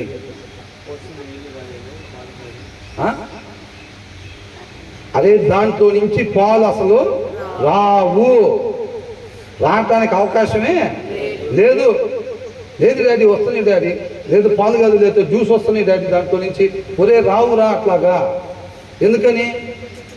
దాంట్లో ఏం పోసారు? దాంట్లో పోసింది నీళ్లు తప్ప వేరొకటి రావటానికి దాంట్లో అవకాశమే లేదు. దాంట్లో నుంచి వస్తే నీళ్ళే రావాలి. ఏమనంటున్నాడు, ఆ సిస్టమ్ అట్లా సెట్ చేసి ఉంది అంతే. ఏమండి ఇది ఇట్లా పని చేస్తున్నట్లు అట్లా చేయదండి, అది దాన్ని అట్లా సెట్ చేసి ఉంటుంది, ఆ సిస్టమే అట్లా సెట్ చేసి ఉంటుంది, దాంట్లో తప్పు ఉండదు అని అంటున్నాడు. ఇప్పుడు ఈయన కూడా ఏమంటున్నాడు, ఈయన ప్రవర్తన అంట వాక్యాన్ని మాత్రమే అనుసరించేటట్టుగా నా ప్రవర్తన అలా ఫిక్స్ అయిపోయి ఉంటే, ఇక వేరేగా ప్రవర్తించకుండా వాక్యాన్ని మాత్రమే అనుసరించేటట్టుగా నా ప్రవర్తన ఉంటే ఎంత మేలు అసలు అంటున్నాడు. అవునా? అంటే వాక్యాన్ని మాత్రమే అనుసరించేటట్టుకంటే ఇక ఆ బండికి ఎట్లా, ఇప్పుడు కొత్తగా వచ్చింది ఒకటి టెస్లా కారు, మనిషి నడిపే పని ఏమీ లేదంట, దానంతటికి అదే రోడ్డు మీద వెళ్ళిపోతూ ఉంటుంది. ముందు ఏదైనా వెహికల్ వస్తే పక్కకి జరిగింది, అదేమి లేకపోతే ముందుకి వెళ్ళిద్దంట. అర్థమవుతుందండి? మీరు 4 కార్లు సరిపడే రోడ్డు ఉందనుకోండి, 3 కార్లు ఉన్నాయనుకోండి, ఒక కారు ఏ ప్లేస్లో లేదో ఆ కారులో జరిగేది వెళ్ళిద్దంట. అలాంటివి వస్తున్నాయి. అంటే ఆ కారు ఎలా కనిపెడుతున్నారు? అవునా? అది ఆ ప్లేస్లో దానికి యాక్సిడెంట్స్ అవడానికి అవకాశం ఉంటుందా? అవకాశం లేదండి. అది తయారు చేయటమే అట్లా చేశారంట దాన్ని. అర్థమవుతుందండి? ఇప్పుడు సూర్యుడికి చెప్పింది ఏంటి, ఇటు నుంచి రావటం, ఇటు నుంచి దిగటం. ఇప్పుడు నేను వచ్చి బ్రదర్ చూసారా సూర్యుడు ఇటు నుంచి వచ్చారు వాళ్ళు చూసారా అంటే, నేను చూసే పని లేదన్నా, రాదు అది అట్లా అంతే అంటారు. ఏం బ్రదర్ నిజంగా అటు వచ్చింది బ్రదర్ అని అంటే, అన్న అట్లా రాదు, ఒకసారి బయటకు వచ్చి చూడండి బ్రదర్ అంటే, నేను బయటికి రానమ్మా, చూడాల్సిన అవసరం లేదు. ఎందుకని? దానికి అట్లా సెట్ చేసి ఉందంటే అది వేరే దిక్కుకు రావడానికి లేదు. మన ప్రవర్తన కూడా అలాగుంటే ఎంత మేలు అని అంటున్నాడు. ఈయన ఎంత ఇష్టపడకపోతే, అది జీవితంలో ఎంత అవసరం లేకపోతే ఆ మాట అంటున్నాడు. నేను పెద్దాక నా ప్రవర్తన లైన్ మీదే వెళ్ళేటట్టుగా నేను చూసుకోవాల్సి వస్తుంది. అది అలా కాకుండా నా ప్రవర్తన అట్లా ఫిక్స్ అయిపోతే, ఇంకా వాక్యాన్ని అనుసరించటమే దీని నా ప్రవర్తన యొక్క విధానం అనేది ఫిక్స్ అయిపోతే ఎంత మేలు అసలు నాకు. ఇంకా ఇప్పుడు అలాంటి కారులో పడుకొని ఎలా నిద్రపోవచ్చు అండి? అవునా? హాయిగా అలాంటి కారులో పడుకొని మనం చక్కగా నిద్రపోవచ్చు. అది యాక్సిడెంట్లు అవుతుంది కాబట్టి. అదే మనం నడుపుకెళ్ళాల్సిన కారు అనుకోండి, అంటే మన ప్రవర్తన మనం జాగ్రత్తగా చూసుకొని పోవాల్సింది అనుకోండి. అంటే అట్లా ఉండాలి, ఆ కోరిక ఆశ అట్లా ఉండాలన్నమాట. ఏమాత్రం కూడా లైన్ బయటకు మనం పోకూడదు. వాక్యాన్ని అనుసరించడం కాకుండా వేరేది ఏది కూడా నా జీవితంలో జరగకూడదనే భయం ఉన్నప్పుడు ఇలాంటి కోరికలు వస్తాయి. అర్థమవుతుందండి? అదే మనం డ్రైవ్ చేసుకోవాలనుకోండి, కమ్మ నిద్రపోతాం. అట్లాగే బాబోయ్ అసలు ఇక్కడి నుంచి ఏమొచ్చిద్దో, అసలు ఈ లైన్ కాడ హార్న్ కొడతా ఉంటాం. అడ్డు రోడ్డు వచ్చిందంటే డ్రైవింగ్ అలవట్లేదా సూరి నువ్వని చెప్పాలి. అడ్డు రోడ్డు వచ్చిందంటే ఇప్పుడు మనం తిన్నగా ఒక రోడ్లో వెళ్తున్నాం, మధ్య రోడ్లు వచ్చి కలుస్తూ ఉంటాయి. ఆ రోడ్లు అన్నిటి దగ్గర ఏం చేస్తూ ఉంటాం, హార్న్ కొడుతూ ఉంటాం. ఎందుకని? ఆ సందులో నుంచి ఎవడొస్తాడో తెలియదు, ఆ సందులో నుంచి ఎవడొస్తాడో తెలియదు. కాబట్టి ప్రతి సందు దగ్గర మనం ఒకసారి హార్న్ మోగిస్తే, బాబు ఇటు నుంచి నేను అనేవాడిని ఒకటి నొత్తున్నా అని, అటు కూడా ఎవడో నొత్తండి హార్న్ కొట్టండి, నేను కూడా స్లో చేసుకుంటా అని. వాడు కూడా ఏంటంటే ఒక రోడ్డు ఎక్కేటప్పుడు ఏం చేస్తాడు, హార్న్ కొట్టుకుంటాడు. అట్లాగా చేసుకుంటూ వెళ్తూ ఉంటారు అనమాట. అవునా? అంత జాగ్రత్తగా మనం నడుపుకుంటూ వెళ్ళాలి. అది ఆ కార్లో పోయేటప్పుడు అదేం లేదు, ఆరామ్సే ఉండొచ్చు. ఈయన అలాగ అనుకుంటున్నాడు అనమాట. నా ప్రవర్తన అలా ఫిక్స్ అయిపోయి ఉంటే అసలు మీరు ఎంత బాగుంటుంది అసలు. అలాంటి కారులో పోయినట్టుగా నా ఆత్మీయ జీవితం హాయిగా వాక్యాన్ని అనుసరించుకుంటూ వెళ్ళిపోతూ ఉంటుంది. ఎవరైనా చెప్పినా సరే, బ్రదర్ మీరు వాక్యాన్ని ఆ లైన్లో కాకుండా వేరే లైన్లో వెళ్తున్నారండి చూసుకోండి అని ఎవరైనా చెప్తే, అట్లా వెళ్ళటం ఉండదు. నేనేం చూసే పని లేదు, అది అలా ఫిక్స్ అయిపోయి ఉంది అంతే. అది పోతే ఆధార్లోనే పోయింది అంతే. అది దాన్ని తయారు చేయటం అట్లా తయారు చేశారు అని అంటాడు. నా ప్రవర్తన అలా ఉంటే ఎంత మేలు అని అంటాడు. రోడ్డు ఎక్కడ దిగుతానో, దిగితే అసలు సమస్తం పోయినట్టే నా జీవితం ఇంకా అని వాళ్ళు అభిప్రాయపడుతున్నారు. మన జీవితంలో వాక్యం ఒక ప్రాధాన్యత. తర్వాత ఏమంటున్నాడు, ఏంటంట, నీ ఆజ్ఞలన్నిటినీ నేను లక్ష్యం చేయనప్పుడు అంటే నీ వాక్యాన్ని నేను అంటే దాన్ని పరిగణలోకి తీసుకుంటాం. చూసారా? ఎస్ నేను ఇలాగే ఉండాలి అని చెప్పి దాన్ని వాక్యం ఏమన్నారా, ఎప్పుడో శుక్రవారం ఆదివారం చదువుకునే పొదుగు బైబిల్ అన్నారు చేతిలో కొంతమంది ఉంటారు తల్లిదండ్రులు. అర్థమవుతుందండి? ఏంది వాళ్ళకి ఏదో ఉద్దేశాలు ఉంటాయి, వీడు డాక్టర్ అవ్వాలని, ఇంజనీర్ అవ్వాలని. వీడి చేతిలో ఎక్కువ శాతం బైబిల్ చూస్తే, అదే మన క్రైస్తవులుగా పుట్టాము, ఒక 15% బైబిల్ మనం చదవాలి, పాటలు పాడాలి, చర్చిలకి వెళ్ళాలి. 15 కన్నా దాటి ఆ లైన్ కన్నా ముందు దాటి భక్తి రాకూడదు మనకి. మన ఉద్దేశాలు మనం ఏదైతే ఎయిమ్స్ పెట్టుకున్నామో వాటిని రీచ్ కాలేము. మనం పొద్దుగుకు బైబిల్ ఏంద్రా అని అంటారు, పద్దాకులు బైబిల్ అంటావు, అదంతా అక్కడ ప్రార్థన అంటే ఇక్కడ ప్రార్థన అంటావు ఏంది అనే తల్లిదండ్రులు కూడా ఉంటారు. వీళ్ళు నాటపడాల్సిన ప్రదేశంలో నాటపడలేరు అనుకో, వాళ్ళ పిల్లల పరిస్థితి అట్లా ఉంటుంది. అర్థమవుతుందండి. కాబట్టి ఏమంటున్నాడు, నీ ఆజ్ఞలన్నిటినీ నేను లక్ష్యము చేయనప్పుడు ఏం కలగదంట. అస్సలు మన జీవితంలో, ఆత్మీయ జీవితంలో అవమానం అనేది కలగకుండా అంట. రేపు రోజున అక్కడికి వెళ్ళిన తర్వాత ఒక తీర్పులో మనకి నరకంలో తీసుకెళ్ళండి అంటే ఇక అంతకన్నా అవమానం ఇంకోటి ఉంటుందా? దేవుడు రేపు మనం ఇష్టపడలేదు అనుకోండి, స్వీకరించలేదు అనుకోండి, ఇక ఏంటి మన పరిస్థితి ఏంటి? మన పరిస్థితి ఏంటి? అవునా కదా? అది ఆయన కృపను బట్టి మనం ప్రేమించి ముందే పంపిస్తున్నాడు. రేపు నువ్వు నేను అవమానపడకుండా ఉండాలి అని అంటే ఆయన ఉద్దేశాన్ని తెలియపరుస్తున్నాడు మనం ఎలా ఉండాలో. అర్థమవుతుందండి. దీంట్లో ఇంగ్లీష్లో ఏమనుంది? Then I would not be, ఎప్పుడంట నేను then I would not be put to shame, నేను అవమానానికి గురిగాను, అవమానించబడను. ఎప్పుడు? When I consider all your commands, నీ వాక్యాన్ని నేను పరిగణలోకి తీసుకొని దీని ప్రకారంగా మాత్రమే నేను ఉండాలి అని ఎప్పుడైతే ఆలోచన స్థిరపరచుకుంటానో అప్పుడు నేను అవమానపరచబడకుండా ఉంటాను అని అంటున్నాను. అలా కాకుండా వాక్యం ఏముందిరా శుక్రవారం ఆదివారం అనుకుంటే ఖచ్చితంగా ఆత్మీయ జీవితంలో అవమానాలకి గురవుతాం అంతే. కంఫర్ట్ భక్తి చేస్తే చాలండి, అయిపోయినట్టే మన జీవితం. కంఫర్ట్ సౌకర్యంగా ఈ లోకంలో ఇబ్బంది లేకుండా ఆ ఆత్మీయ జీవితం కూడా ఏదో కొద్దిగా అట్ట కూరలో తాలింపులాగా మనం బతకాలని అనుకుంటే మన జీవితాలు అయిపోయినట్టే. అట్లా ఉండకూడదు. తర్వాత ఏమంటున్నాడు? ఆయన న్యాయ విధులు ఎట్లాంటివి అంట? నీతి గల. ఆయన ఏది పడితే అది చెప్పి నేను చెబుతున్నాగా చెయ్యి అంటున్నాడా? ఆయన న్యాయ విధులు ఆయన ఎట్లాంటివి అంట? నీతిగా ఉంటాయి అన్నమాట. నీతిగా న్యాయంగా ఉంటాయి ఆయన చెప్పే పనులు. అంతే తప్ప ఆయన నేను తండ్రిని కదా, నేను సృష్టికర్తను కదా, చెబుతున్నా కానీ బడు, చెబుతున్నాగా అబద్ధమాడు, చెబుతున్నాగా దొంగతనం చేయి అట్లాంటివి చెబుతాడు ఆయన? చెప్పడు. ఆయన చెప్పే అంత నీతిగా న్యాయంగా ఉంటాయి అని అంటున్నాడు. అంటే ఆయన ఏం చెబుతున్నాడు? ఆయన చెప్పేది ఏంటి? అదే నీతిగా న్యాయంగా ఉంటుందంట ఆయన చెప్పేది. వాక్యమే ఆయన చెప్తుంది. ఏం చెప్తున్నాడు? ఇది నా మాట, దీని ప్రకారంగా ఉండండి, మీకు మేలు కలిగిద్ది అని అంటున్నాడు. మీరు పోగొట్టుకున్న స్థితిని పొందుకుంటారు అంటున్నాడు. అర్థమవుతుందండి. ఇది నా మాట, దీని ప్రకారంగా ఉండండి అంటున్నాడు. ఇది ఎలా ఉంటుందంటే వాక్యం అనేది నీతిగా న్యాయంగా ఉండిద్ది అన్నమాట. ఇది అర్థమవుతుందండి. మనం నేను తప్పుడు పనులు చేయమని చెప్పట్లేదు, ఉండాల్సిన రీతిగా మీరు ఉండండి. ప్రతి మనిషి కూడా ఉండాల్సిన రీతి అంటాడు. నీతి గల నీ న్యాయ విధులను నేను నేర్చుకున్నప్పుడు, అంటే ఇప్పుడు మనం ఏం చేస్తున్నాం? నేర్చుకుంటున్నాం. మనం ఇంటి దగ్గర ఇండివిజువల్గా బైబిల్ చదివేటప్పుడు నేర్చుకుంటున్నాం అన్నమాట. అర్థమవుతుందండి. అలా నేర్చుకునేటప్పుడు అంతా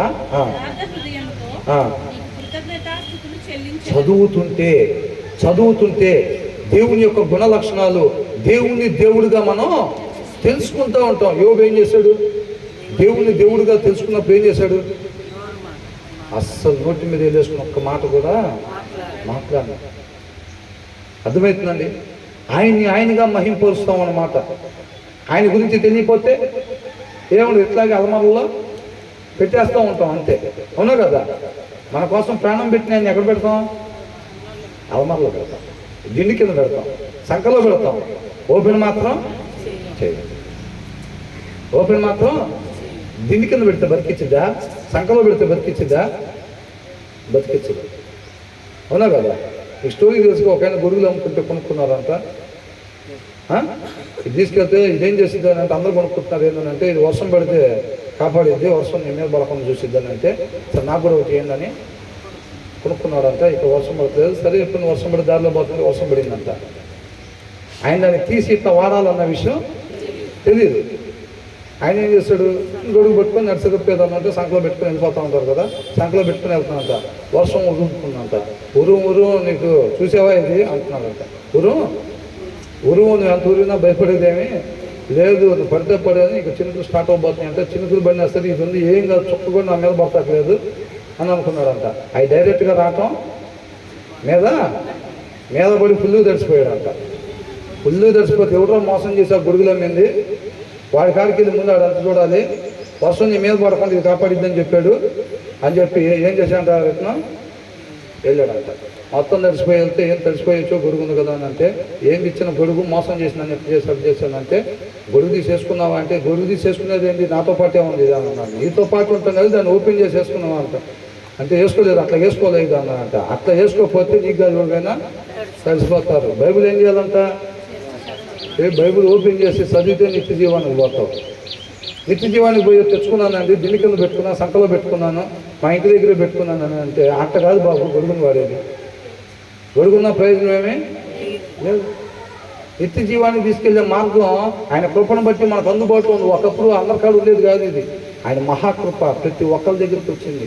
మనం ఏం చేస్తాం, ఎవడో వాడు సంకలో పెట్టుకుంది, అసలు వాడు ఏ ఊర్లో నైనా అసలు భూమి మీద అంత పల్లెటూరు ఉందా, అంత మోటోళ్ళు ఉన్నారా అనిపించిందా మనకి? బైబిల్ చదివిన వాళ్ళు కూడా అదే, ఎవడు వాడు అసలు అన్నట్టుగా, అవునా కదా?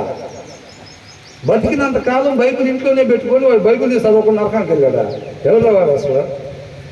అది నేను చెప్పట్లేదండి, దీంట్లో ఉన్నదాన్ని బట్టి ఆ సారాంశంలో నుంచి చెప్తున్నా. బైబిల్ ఆ ఇంట్లోనే పెట్టుకొని 60 ఏళ్ళు జీవితం బతికి దాన్ని తీసి చదవకుండా నరకానికి పోయాడా? నిత్య జీవ మార్గం వాళ్ళ ఇంట్లోనే పెట్టుకొని తీసి చదవలేదా? ఎవరెవరు రా అని అంటారు. అది ఆ బ్యాచ్ ఎడం పక్కన ఉన్నారు చూడు, ఆ బ్యాచ్ మొత్తం వాళ్ళే. అది ఎవరికాడ బైబిల్ ఉందో లేదో కనుక్కుంటే అందరి కాడ ఉంటాయి మినిమం 5 నుంచి 6. ఎన్ని? 5 నుంచి 6. ఆ మంచం దిండి కింద ఒకటి, ఈ మంచం దిండి కింద ఒకటి. మంచం మీద ఇద్దరు పండుకుంటే 2 దిండి కింద 2 బైబిళ్ళు ఉంటాయి. తీసి చదివేది మాత్రం ఉండదు. అర్థమవుతుందండి? ఇప్పుడు అట్లా ఉంటే ఎట్లాగా అంటున్నాడు. ఏమంటున్నాడు? 7 I will praise you with an upright heart అని అంటున్నాడు. అంటే తిన్నని హృదయం కలిగి నేను నిన్ను స్తుతిస్తాను అని అంటున్నాడు. ఎందుకోసం అంటే స్తుతించేది ఏంటంట, నీతి గల నీ యొక్క విధులు, న్యాయ విధులు. అర్థమవుతుందండి? ఆయన చెప్పి అంట ఎలాంటి అంట, ఆయనకి మరి ఏందో అంత గొప్ప భాగ్యంగా ఎవరన్నా వచ్చి అన్న 50 కోట్లు ఉంచుకో అంటే ఏం చెబుతాం? ఎందుకు బ్రదర్ మీరు తీసుకెళ్ళండి, నాకు ఎక్కడ దాచి పెట్టుకోవాలి తెలియదు అని అంటే, చాలా ఉన్నాయి మా ఇంటికాడ, చాలా ఉన్నాయి మా ఇంటికాడ, తీసుకునేది ఒక 50 కోట్లు ఉంచుకో, ఎక్కడ ఉంటే ప్లేస్ లేదు మా ఇంటికాడ అన్నాడు అనుకో. ఏం చేస్తాం అన్నా, అసలు థ్యాంక్స్ అన్నా, ఏం చేస్తాం? అదే వద్దురా, సరే సరే థ్యాంక్స్ చెప్పావు కదా, ఇంకెళ్ళి పర్లేదు, ఇంకెళ్ళి నేను వెళ్తాను ఇంటికంటే, వాళ్ళ ఇంటికి పోయినాక గుమ్మం దాకా పోయి థ్యాంక్స్ థ్యాంక్స్ థ్యాంక్స్ నాను మావుడి కాదు. ఏం చేస్తారు? అట్లా ఒక 50 కోట్లు ఇస్తే, ఎవరైనా బైబుల్ ఇస్తే, అదే నా కాడే 5 ఉన్నాయి రా బాబు, ఎవరికైనా లేని వాళ్ళకి తీసుకెళ్తే ఇదిగో ఏంటంట, నా కాడే 5 ఉన్నాయి ఎవరికైనా తీసుకెళ్ళి అయ్యేది లేదు. ఆడ 18 సంవత్సరాలు అవుతుంది, అట్ట నలకుండా ఉన్నాయి ఇప్పటికే. ఎట్లున్నాయి అంత అట్ట నలకుండా ఉన్నాయి అవి, అవునా? వీళ్ళు ఎట్లా అంటున్నారు, వీళ్ళకి ఏంటంట అంత ఆనందం ఏంటంట, ఆయనంత I will praise you with an upright heart అంట. తిన్నన హృదయం, యథార్థ హృదయం కలిగింది నిన్ను స్తుతిస్తానని అంటున్నాడు. అంటే ఈయన ఎలా ఫీల్ అవుతున్నాడు ఎప్పుడంట, as I learn your righteous laws. ఈ వాక్యాన్ని నేను చదివేటప్పుడు నేర్చుకునేటప్పుడు అంతా ఆయన స్తుతించకుండా ఉండలేను అంటాడు. యథార్థ హృదయంతో నేను స్తుతిస్తానని అంటాడు. దాని ప్రాధాన్యత తెలిసినప్పుడు తెలుసుకుంటున్నాడు, దేవుడిగా తెలుసుకుంటున్నాడు. అర్థమవుతుందండి? ఆయనగా తెలుసుకుంటా, వాక్యం చదువుతా మోకరించినప్పుడు, దాని తర్వాత మోకరించేటప్పుడు ఆ కృతజ్ఞత వేరుగా ఉంటుంది. మనం వాక్యాలు తీయకుండా, బైబిల్ తీయకుండా, మనం దేవుడిగా తెలుసుకోకుండా మోకరించినప్పుడు ఆ ప్రార్థన ఒక రకంగా ఉంటుంది. ఎప్పుడైతే మీరు వాక్యాన్ని చదివి ఒక 2 అధ్యాయాలు 3 అధ్యాయాలు 4 అధ్యాయాలు చదివినప్పుడు దాంట్లో నుంచి దేవుడు మనతో మాట్లాడుతూ ఉంటాడు, ఆయన కనపరుచుకుంటూ ఉంటాడు. దాని తర్వాత మీరు మోకరించినప్పుడు ఆ ప్రార్థన వేరుగా ఉంటుంది. అర్థమవుతుందండి? ఇలా అన్నారు, యథార్థ హృదయంతో నిన్ను స్తుతిస్తాను ప్రభువా అని అంటున్నాడు. ఆయన అది చదివిన తర్వాత అంట దాంట్లో అర్థం అంటున్నాడు. అంటే మనం ఇప్పుడు చదవమంటున్నారా వద్దంటున్నారా? చదవమంటున్నారా? అలా చదివి యథార్థ హృదయంతో మనం కూడా ఆయన్ని స్తుతించేవారుగా ఉండాలి అని అంటాడు. ఆ తర్వాత ఏమంటున్నాడు, నీ కట్టడలను నేను గైకొంటాం. అంటే ఏమనుకున్నాం? అనుసరించుతాం. అవునా? నీ కట్టడలు అంటే మనకేంటి? నీ వాక్యం, నీ మాట ప్రకారంగా నేను నడుచుకుంటాను, నన్ను బొత్తిగా విడనాడకము అని అంటున్నాడు. భయం. అవునా? ప్రభువా, నీ వాక్యాన్ని నేను వాక్య ప్రకారం నేను నడుచుకుంటాను, నేను బొత్తిగా విడిచిపెట్టబాలి ప్రభువా. క్షణం కూడా ఆయన దేవుడికి సిలువ వేయటం, సిలువ మీద మరణాన్ని, ఇది పెద్ద ప్రాబ్లం కాదండి, ఇది ప్రాబ్లం కాదు. ఎప్పుడైతే ఆయన సిలువ మీద మనందరి పాపాలు ఆయన మీద వేసుకుంటాడో తండ్రి అప్పుడు చెయ్యి విడిచిపెట్టేస్తాడు కుమారుడు. ఆ క్షణాలు తట్టుకోలేడు కుమారుడు. ఎవరు కుమారుడు అంటే? యేసుక్రీస్తు వారు. ఆయన తట్టుకోలేని విషయం, ఈ గిన్నె నా నుంచి సాధ్యమైతే తీసేసేయి, ఆయన నా చిత్తం కాదు నీ చిత్తం జరగాలి. ఆయన బాధ, ఆయన దుఃఖం, ఆయన ఏడుపు ఏంటి? రక్తం కన్నీళ్లుగా ఏడ్చి అంత ఆయన బాధ ఏంటి? మనం పాపం లేదు. తండ్రి చెయ్యి విడిచిపెడతాడు. ఆ క్షణాలు గుర్తు తెచ్చుకుంటే తట్టుకోలేకపోతున్నాడు ఆయన. అర్థమవుతుందండి? కొరడాలతో కొడతారనో, అవమానిస్తారు, మొహం మీద ఉమ్మేస్తారు, పిడుగుద్దులుగుద్దు, ఆటికి కాదు ఆయన బాధపడేది. నేను ఎప్పుడైతే సమస్త మానవాళి పాపం నిమిత్తం వాళ్ళ పాపాలు నా మీద తీసుకుంటానో తండ్రి నా చెయ్యి విడిచిపెట్టేస్తాడు. ఏమని అంటున్నాడు సిలువ మీద మాటల్లో? నీవేళ నా చెయ్యి విడనాడుతున్నాను. అది తట్టుకోలేకపోతున్నాడు. సృష్టికర్తతో సృష్టికి కనెక్షన్ లేకపోతే అప్పుడు యేసుక్రీస్తు వారు భూమి మీద మనిషిగా జన్మించినప్పుడు సృష్టేనా కదా? సామాన్య మనిషిగా మన అబ్రహాము శరీర స్వభావాన్ని ధరించుకొని జీవించాడు ఆయన. ఇక్కడ ఆయన దేవుడే, కాకపోతే మనకు మార్గాన్ని చూపించడం కోసం మామూలుగా రావాల్సి వచ్చింది. ఒక సృష్టికి సృష్టికర్తతో కనెక్షన్ కట్ అయిపోతే ఆ ఉన్న పరిస్థితిని వివరిస్తున్నాడు అన్నమాట. అర్థమవుతుందండి? క్షణం మాత్రం కూడా ఉంటానికి లేదు. మనలో చాలామంది కనెక్షన్ లేకుండానే వెళ్ళిపోతూ ఉంటాం. ఆ కనెక్షన్ పెద్ద ప్రయారిటీ అవసరం లేదులే. ఏంటంట? ఎప్పుడైనా అవసరం అయితే, ఆపదల్లో ఉంటే, అవసరతల్లో ఉంటే అప్పుడు మోకరించి, ప్రభువా నా సృష్టికర్త దావీదా, నాయనా నీదేనా ఆ స్వరం అంటాడు. ఎప్పుడు? అవసరం పడినప్పుడు. ఎవరు? సౌలు. మిగతా టైంలో బడిసి తీసుకొని తిరుగుతూ ఉంటాడు. మిగతా టైంలో బడిసి తీసుకొని తిరుగుతూ ఉంటాడు. నువ్వు నాకు 2 సార్లు దొరికావు, చంపకుండా వదిలిపెట్టానంటే దావీదా నాయన, గుడ్డోళ్ళు మాట్లాడినట్టే అచ్చంగా. అవునా? నీదేనా ఆ స్వరం అని అంటాడు. ఎదురు నిలబడినా కానీ నటనే జీవితంగా కొనసాగిస్తాడు నాడేమో. అంతేనా కదా? అట్లా మనం అసలు ఏమాత్రం కూడా సృష్టికర్తతో కనెక్షన్ లేకుండా క్షణం కూడా మనం జీవించకూడదు. అది చాలా డేంజర్. నువ్వు సత్క్రియ చేయకపోతే వాకిట్లో పాపం. ఆయన ఎప్పుడైతే మన తోటి ఉండడో మనం ఏం చేస్తాం? వాక్యం అనే బొగ్గు మన హృదయంలో లేనప్పుడు ఏం చేస్తాం? దాని లోపల ఉండే దాని ప్రకారంగా వెళ్ళిపోతాం. అట్లా వెళ్ళిపోగానే ఇమ్మీడియట్గా ఎంటర్ అయిపోతాడు గుమ్మంలో ఉన్నవాడు. ఈ అవకాశం చాలు, క్షణం చాలు నాకు అని అంటున్నాడు. ఏమంటున్నాడు?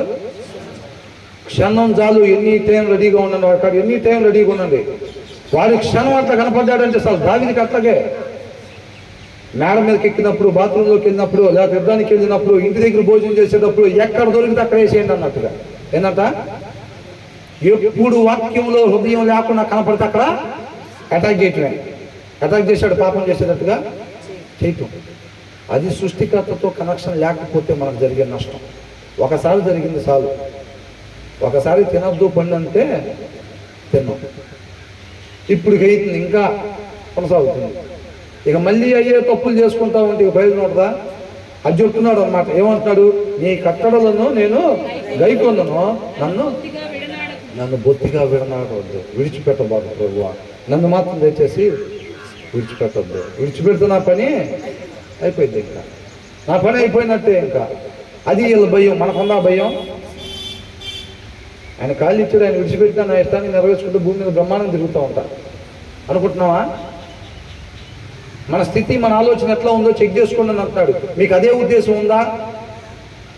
సృష్టికర్త అయిన దేవుడు ఆయన దగ్గర నుంచి కనెక్షన్ లేకపోతే ఆయన దగ్గర నుంచి కనెక్షన్ ఎలా ఉండిద్ది? నా మాట ప్రకారంగా మీరు జీవిస్తుంటే నేను తండ్రి మీతో పాటు ఉంటామంటున్నాడు. అది కనెక్షను. నిత్యము ఆయన్ని కలిగి మన జీవితంలో ముందుకి కొనసాగుతాం. ప్రతి క్షణం కూడా దేవుడు మనతో పాటు ఉండాలి. అలా ఉండేటట్టుగా చూసుకోవాలి. మనం మొదటి వచనాలు ఏమనుకున్నాం? ఆయన మనతో పాటు ఉండాలి అని అంటే ఏం చేయాలంట?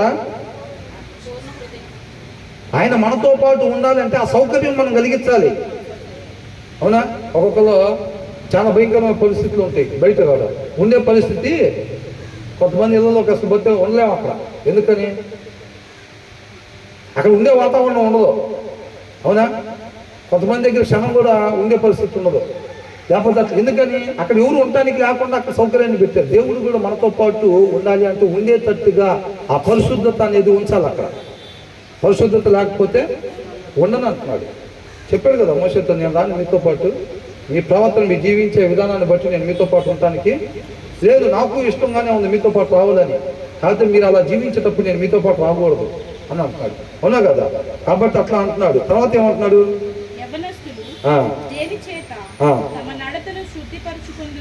యవనస్తులని ఎందుకు రాశారు? ఒక జీవితంలో ఎక్కువ పాపం చేయడానికి ఏ వయసులో అవకాశం ఉంటుంది? చిన్నపిల్లలు అప్పుడా, పాలు తాగేటప్పుడా, లేకపోతే చిన్న చిన్న ఏదో సెల్లాగిర్లాకు తినేటప్పుడా? ఏది ఆ బుడ్డ పాప ఎక్కడ ఉంది? పెట్టుకెళ్ళిందా? ఇప్పుడు ఆ స్టేజ్లోనా? ఆ స్టేజ్లో ఉంటుంది అవకాశం, లేదా ఈ స్టేజ్లో, లేదా దీనికన్నా కొద్దిగా ఇప్పుడు ఆ స్టేజ్లో ఉండదు. అవునా? పోనీ ఈ స్టేజ్లో ఉంటుందా? ఈ వెనకాల కదా ఇప్పట్లో. మరి పెద్ద వయసు అయిపోయేటప్పుడు, లేకపోతే ఇంకా అవునా, ఇంకా పెద్ద వయసులో లేరు అనుకుంటుంది మన దగ్గర చూపెడదామంటే. అంత పెద్ద వయసులో ఉండేది అవకాశం ఎక్కువ. మరి ఏ స్టేజ్లో ఉంటుంది? ఎవరి కాలంలోనే అవకాశం ఉంటుంది ఎక్కువ. అవునా కదా? ఇప్పుడు వీళ్ళకి తిండి వల్ల తప్పిపోవటానికి ఉంటుందా? శరీర కోరికల వల్ల తప్పిపోవటానికి ఉంటుందా? పెద్ద వయసు వాళ్ళకి మీరు తీసుకెళ్ళి బిర్యానీ తీసుకొస్తే తినంటే ఏమంటారు? అమ్మో ఏం అంత వేసావు ప్లేట్లో, ఎంత వేసినా సరే అది ఏమంటారు? తీసేది మొత్తం తీసేది, ఇంత చాలు అంటారు. అవునా? ఇంత చాలు అని అంటారు. అదే యవనంలో ఉన్నప్పుడు పెడితే బిర్యానీ ఇంకొకటి లేదా? ఏంటంట? తీసుకొచ్చింది మొత్తం వాళ్ళకి పెట్టినా సరే, వాళ్ళకే ప్లేట్లు వేసి పెట్టినా ఇంకొకటి లేదా అని అంటారు. ఏంద్రా ఇందాక అంత వేస్తే ఫుల్ బిర్యానీ నీకే ఇచ్చా కదా, రోటీ తెచ్చిందని అంటే, అవునా ఈసారి 2 పీసులు వచ్చేటప్పుడు ఏదంట అట్లుంటారు. అవునా కదా? 2 బిర్యానీ తిన్నవాడు పరిస్థితి ఎట్లుంటుంది? అమ్మ తృప్తిగా ఉంది, చక్కగా మోకరించి ప్రార్థన చేసుకుందాం అనుకుంటారా? ఇది అడిగింది నాకు ప్రార్థన అన్నమాట లేదు, బైబిల్ చదువుతాం అన్నమాట లేదు. అంతే నువ్వు ఇప్పుడు తింటున్నావు, అంత తింటున్నావు అని అంటే తెలుసండి, గీత దాటి తింటున్నావు అని అంటే నువ్వు గీత దాటి ఎంత తింటున్నావో అంత సమయం నువ్వు బైబిల్ దగ్గరికి ఇక పోవు. డిసైడ్ అయితేనే తినాలి నెక్స్ట్ ముద్ద. చెప్పాల్సింది నేను కరెక్ట్ వాక్యం ఇచ్చాను నాకు. అవునా? ఇప్పుడు గీత దాటి నువ్వు ఆ నెక్స్ట్ ముద్ద తీసుకుంటున్నావు అని అంటే నీకు ఇంకో గంట సేపు నీకు వాక్యం చదవాల్సిన అవసరం లేదు, నా జీవితంలో మోకరించాల్సిన అవసరం లేదు అని నువ్వు డిసైడ్ అయితేనే నెక్స్ట్ ముద్ద తీసుకోవాలి నువ్వు. అవునా? అంతే అది. తర్వాత ఏమంటున్నాడు? దీంట్లో ఏమంటాడు ఇంగ్లీష్లో? How can A young person stay on the path of purity? పరిశుద్ధమైన మార్గములో, ఆ మార్గంలోనే తను నడుచుకుంటూ వెళ్ళాలి అంటే ఏ మార్గంలో అంట? Stay on the path of purity. పరిశుద్ధమైన మార్గము అంటే ఏంటి? వాక్యాన్ని అనుసరించటం అనేది పరిశుద్ధమైన మార్గము అని అంటున్నాడు. అర్థమవుతుందండి? యవనస్తుడు వాక్యాన్ని మాత్రమే అనుసరించే ఆ మార్గంలో మాత్రమే ఆయన వెళ్ళేటట్టుగా చూసుకోవాలి అని అంటే దేని చేత చూసుకోగలుగుతాడు అట్లాగా? అంటే వెళ్ళాల్సిన మార్గంలో మాత్రమే యవనస్తుడు వెళ్ళాలి అని అంటే ఆ రోడ్డు మీద మాత్రమే వెళ్ళేటట్టు ఎలా చూసుకుంటాడు అని అంటాడు. By living according to your word అంటున్నాడు. ఎలాగంటే జీవించేది? తెలుగులో చదవండి ఒకసారి. దేన్ని బట్టి అంట? నీ వాక్యమును బట్టే ఒక యవనస్తుడంట పరిశుద్ధమైన ఆ మార్గంలో మాత్రమే నడిచేటట్టుగా, అంటే ప్రయాణం స్టే అని అంటే దాని మీద మాత్రమే ప్రయాణం చేసుకుంటూ వెళ్ళేటట్టు, ఇక కిందకు దిగరు, అలా దాని మీద మాత్రమే ప్రయాణం చేసుకుంటూ వెళ్ళాలి అని అంటే ఆ మనిషి ఎలా జీవించాలంట? By living according to your word. నీ మాట ప్రకారంగా ఎప్పుడైతే జీవిస్తూ ఉంటాడో అప్పుడు ఆ పరిశుద్ధమైన మార్గంలో ప్రకారంగా మాత్రమే తను వెళ్తూ ఉంటాడు. అప్పుడు వెళ్తా ఉండగానే డెడ్ ఎండ్ అని కనపడిద్ది. చూస్తారా ఒక్కొక్కసారి అలా ఏం కనపడిద్ది? ఏం కనపడిద్ది? ఆ మార్గంలో వెళ్తా ఉంటే అది ఏం కనపడిద్ది? Welcome to everlasting life అని కనపడిద్ది. ఏంటంట? నిత్య జీవమునకు స్వాగతం అని కనపడింది. అర్థమవుతుందండి? ఎప్పుడు? వాక్యాన్ని అనుసరించుకుంటా వెళ్తుంటేనంట ఆ మార్గంలో ఏం కనపడింది? నిత్య జీవం నాకు స్వాగతం అని కనపడింది. అర్థమవుతుందండి? అంతవరకు కూడా అది రోడ్డు దిగకుండా ఆ రోడ్డు మీదే మనం ప్రయాణం చేయాలి జాగ్రత్తగా అంటున్నాడు. ఏంటంటే ఆ రోడ్డు దేవుని వాక్యం. నువ్వు దీంట్లో నీ ప్రేమను బట్టి నువ్వు ఏదైతే ఇచ్చావో దాన్ని అనుసరించుకుంటానే నువ్వు జాగ్రత్తగా వెళ్ళాలి. నా కుమారుడా, నా కుమార్తె అని అంటున్నాడు. నీ కొరకు నేను ప్రాణం పెట్టాను. నాలాగా నిన్ను ప్రేమించే వాళ్ళు లేరు. నీ సృష్టికర్తను నేను మాట్లాడుతున్నాను. నాలాగా నీ మేలు కోరుకునే వాళ్ళు లేరు అని అంటున్నాడు. నువ్వు నిత్యం మేలు మాత్రమే పొందుకోవాలంటే నువ్వు నా మాట ప్రకారంలో ఉండు. వాళ్ళ మాట ఈ మాట వినబాకు, అటు ఇటు చూడబాకు అని అంటారు. ఒకసారి ఏమైందంటే, నేను కొంచెం ఆనంద వయసులో ఉండేటప్పుడు అనుకుంటా. అప్పుడు కొద్దిగా మా ఫాదర్ ఎంప్లాయ్, కొంచెం డబ్బులు బాగానే ఉంది. తర్వాత పరిస్థితిని బట్టి మా ఫాదర్కి ఆ ఫ్యాక్టరీ క్లోజ్ చేయటం వల్ల ఉద్యోగం లేదు. ఇక బ్యాంకులో అవి ఉన్న డబ్బులే తినేసేస్తాము. మేము 6-7 పిల్లలం. అంటే ఉన్న డబ్బులు ఎంత ఉన్నాయి అయిపోతాయి. ఇక కూర్చొని ఏంటంటే అయిపోతాయి. ఇంకప్పుడు లాస్ట్ ఏమైంది, పోస్ట్ ఆఫీస్లో డబ్బులు. చివరిలో పోస్ట్ ఆఫీస్లో డబ్బులు తీస్తున్నారంటే వాళ్ళ పని అయిపోయిందిరా అని అర్థం. ఏంటంట? పోస్ట్ ఆఫీస్లో డబ్బులు తీస్తున్నారు అని అంటే ఇలా పరిస్థితి ఇక లేదురా, దిగదారిపోయారు ఆర్థికంగా ఇల్లని అర్థం. ఇక చివరిలో మా నాన్న పోస్ట్ ఆఫీస్లో డబ్బులు ఉంటే కొద్దిగా ఆ డబ్బులు తీసి మా ఇంటి దగ్గర నుంచి ఇప్పుడు ఇలా సెంటర్ నుంచి వెళ్తారు కదా ఇప్పుడు బెదరోళ్ళ ఇంటికి అట్లాగా, ఆ సెంటర్ దగ్గరికి వెళ్ళి ఆ సెంటర్ దగ్గర పోస్ట్ ఆఫీస్లో డబ్బులు రాజేసి నేను సైకిల్ దొక్కితే వెళ్ళేవాడిని. అప్పుడు సైకిల్ దొక్కితే వెళ్ళేవాడిని అయితే జాగ్రత్తగా మా నాన్న వేరే పని నుండి వెళ్ళాల్సి వస్తే ఆ సంచి వేరే పని అంటే ఏం లేదులేండి, మా నాన్నకు కొంచెం డ్రింకింగ్ హ్యాబిట్ ఉంది. డబ్బులు చేతిలో పడంగానే ఏమైంది, ఇంకా అసలు డబ్బులు అవి తీసుకెళ్ళి ఇంటికాడ పెట్టాలి. ఇవి చూస్తేనేమో పిల్లోడుగానే ఉన్నాడు, ఇంకా వయసు రాలేదు వీడికి. అంటే వాళ్ళకి ఆ బలహీనత ఉన్నప్పుడు ఏమైందంటే నోటు చేతికి తగలంగానే ఏమైంది, ఇక ముక్కి ముందిదే. కానీ కావాల్సిన వరకు చేతిలో తీసుకొని మిగతా ఏం చేశాడు, ఆ బ్యాగ్ వెనకాల క్యారేజీకి పెట్టేసి ఇట్లా లాగి క్యారేజీకి పెట్టేసి, రే నువ్వు ఎక్కడ ఆగొద్దు, నువ్వు ఎక్కడ ఆగొద్దు, ఎవరితో మాట్లాడొద్దు, అసలు నువ్వు డైరెక్ట్గా ఇంటికి తీసుకెళ్ళిపోయి అమ్మకి ఇచ్చేయన్నాడు. ఏం చేయమన్నాడు, నువ్వు అసలు ఎక్కడ సైకిల్ ఆపొద్దు నువ్వు అసలు. అంటే ఆపేమంటే ఏదో మాట్లాడతాడు, అక్కడ ఎవడో ఒకడు అందుపుచ్చుకుంటాడని. అర్థమవుతుంది? ఎక్కడ ఆపొద్దు, నువ్వు ఎవరితో మాట్లాడొద్దు, నువ్వు డైరెక్ట్గా ఇక్కడ స్టార్ట్ అయితే నువ్వు డైరెక్ట్గా ఇంటికి తీసుకెళ్ళి ఇంటి దగ్గర సైకిల్ ఆపాలి, ఆ సంచి తీసుకెళ్ళి మీ అమ్మకి ఇచ్చా అన్నాడు. ఇక మా నాన్న తీసుకున్నాడు, వెళ్ళిపోతాను. అర్థమవుతుంది? ఇక్కడ కూడా ఏం చెబుతున్నారు, ఏమంటున్నారు, దేవుడు ఏమంటున్నాడు, నానా వాడు ఇటువైపు మంచి ఉద్యోగం, ఇటువైపు నీకు మంచి హోదా, అటువైపు పెళ్ళైనా సరే నీకు అందంగా ఉండే స్త్రీలు, అందంగా ఉండే పురుషుడు, లేకపోతే వాడు ఇంకొకటి, లేకపోతే ఒక పక్కన డబ్బు, ఇంకొక పక్కన ఇంకోటి, వాడు అవన్నీ పెట్టి నీకు మెరిపిస్తూ ఉంటాడు, జిగేలు మనిపిస్తూ ఉంటాడు. నువ్వు అటు ఇటు ఎటు చూడొద్దు. నేను నీకు ఇచ్చాను కదా నా మాట, నే మార్గం. ఏమన్నాడు, నేనే మార్గమును అని అంటున్నాడు, నేనే సత్యం, నేనే జీవం అని అంటున్నాడు. కాబట్టి నేనే మార్గం, నువ్వు అటు ఇటు చూడబాక, నువ్వు నా వైపే చక్కగా వాక్యాన్ని అనుసరించుకుంటాను వెళ్ళిపోతా ఉంటే వాడు మెరిపిస్తూ ఉంటాడు, నువ్వు ఆ మెరుపులకి చూడబాక అటు ఇటు. కాబట్టి నువ్వు చక్కగా అట్లా వచ్చేసి నీకు ముందుగా బోర్డు ఉంటుంది, ఆ బోర్డు లోపలికి వచ్చాను. ఎవరు చెబుతున్నారు, ఎవరితో చెప్తున్నాడు, హల్లెలూయా మంత్రమే చెబుతున్నారు. అంటే చాలు, మీరు ఆ మాత్రం మెలుగుగలిగి ఉంటే చాలు, మీరు లాస్ ఏంజల్స్ లాగా ఆత్మీయతలో రగులుకుంటూ వెళ్ళిపోతారు అంతే. ఇప్పుడు మేలుకున్నట్టున్నారు, అయిపోయిందండి, ఆపేసేద్దాం. ఇప్పుడు మనం 24 దాకా అనుకున్నాం కదా, 24 దాకా కాకుండా 16 వరకే ధ్యానించుకున్నాం కదా. కొంచెం చక్కగా నవ్వుతావు వినండి, 4 వచనాలే కదండి. అవునా? ఏమంటున్నాడు, యవనస్తులంతా మార్గంలో మాత్రం వెళ్ళేటట్టుగా ఎట్లా నడుస్తారంట, ఆయన వాక్యాన్ని అనుసరిస్తున్నారు. అంటే బ్రదర్ మేము యవనకాలం దాటాం కదా, మేము మాకు అవసరం లేదా ఇంకా? ప్రతి ఒక్కరికి అది. కాకపోతే ద మోస్ట్ డేంజరస్ ఏజ్ అనమాట అది. వాళ్ళకి సైతం అవసరమైంది ఇది. ఇక మనకైతే ఖచ్చితంగా ఇంకా అవసరం. అర్థమైందండి? ఆ తర్వాత ఏమంటున్నాడు,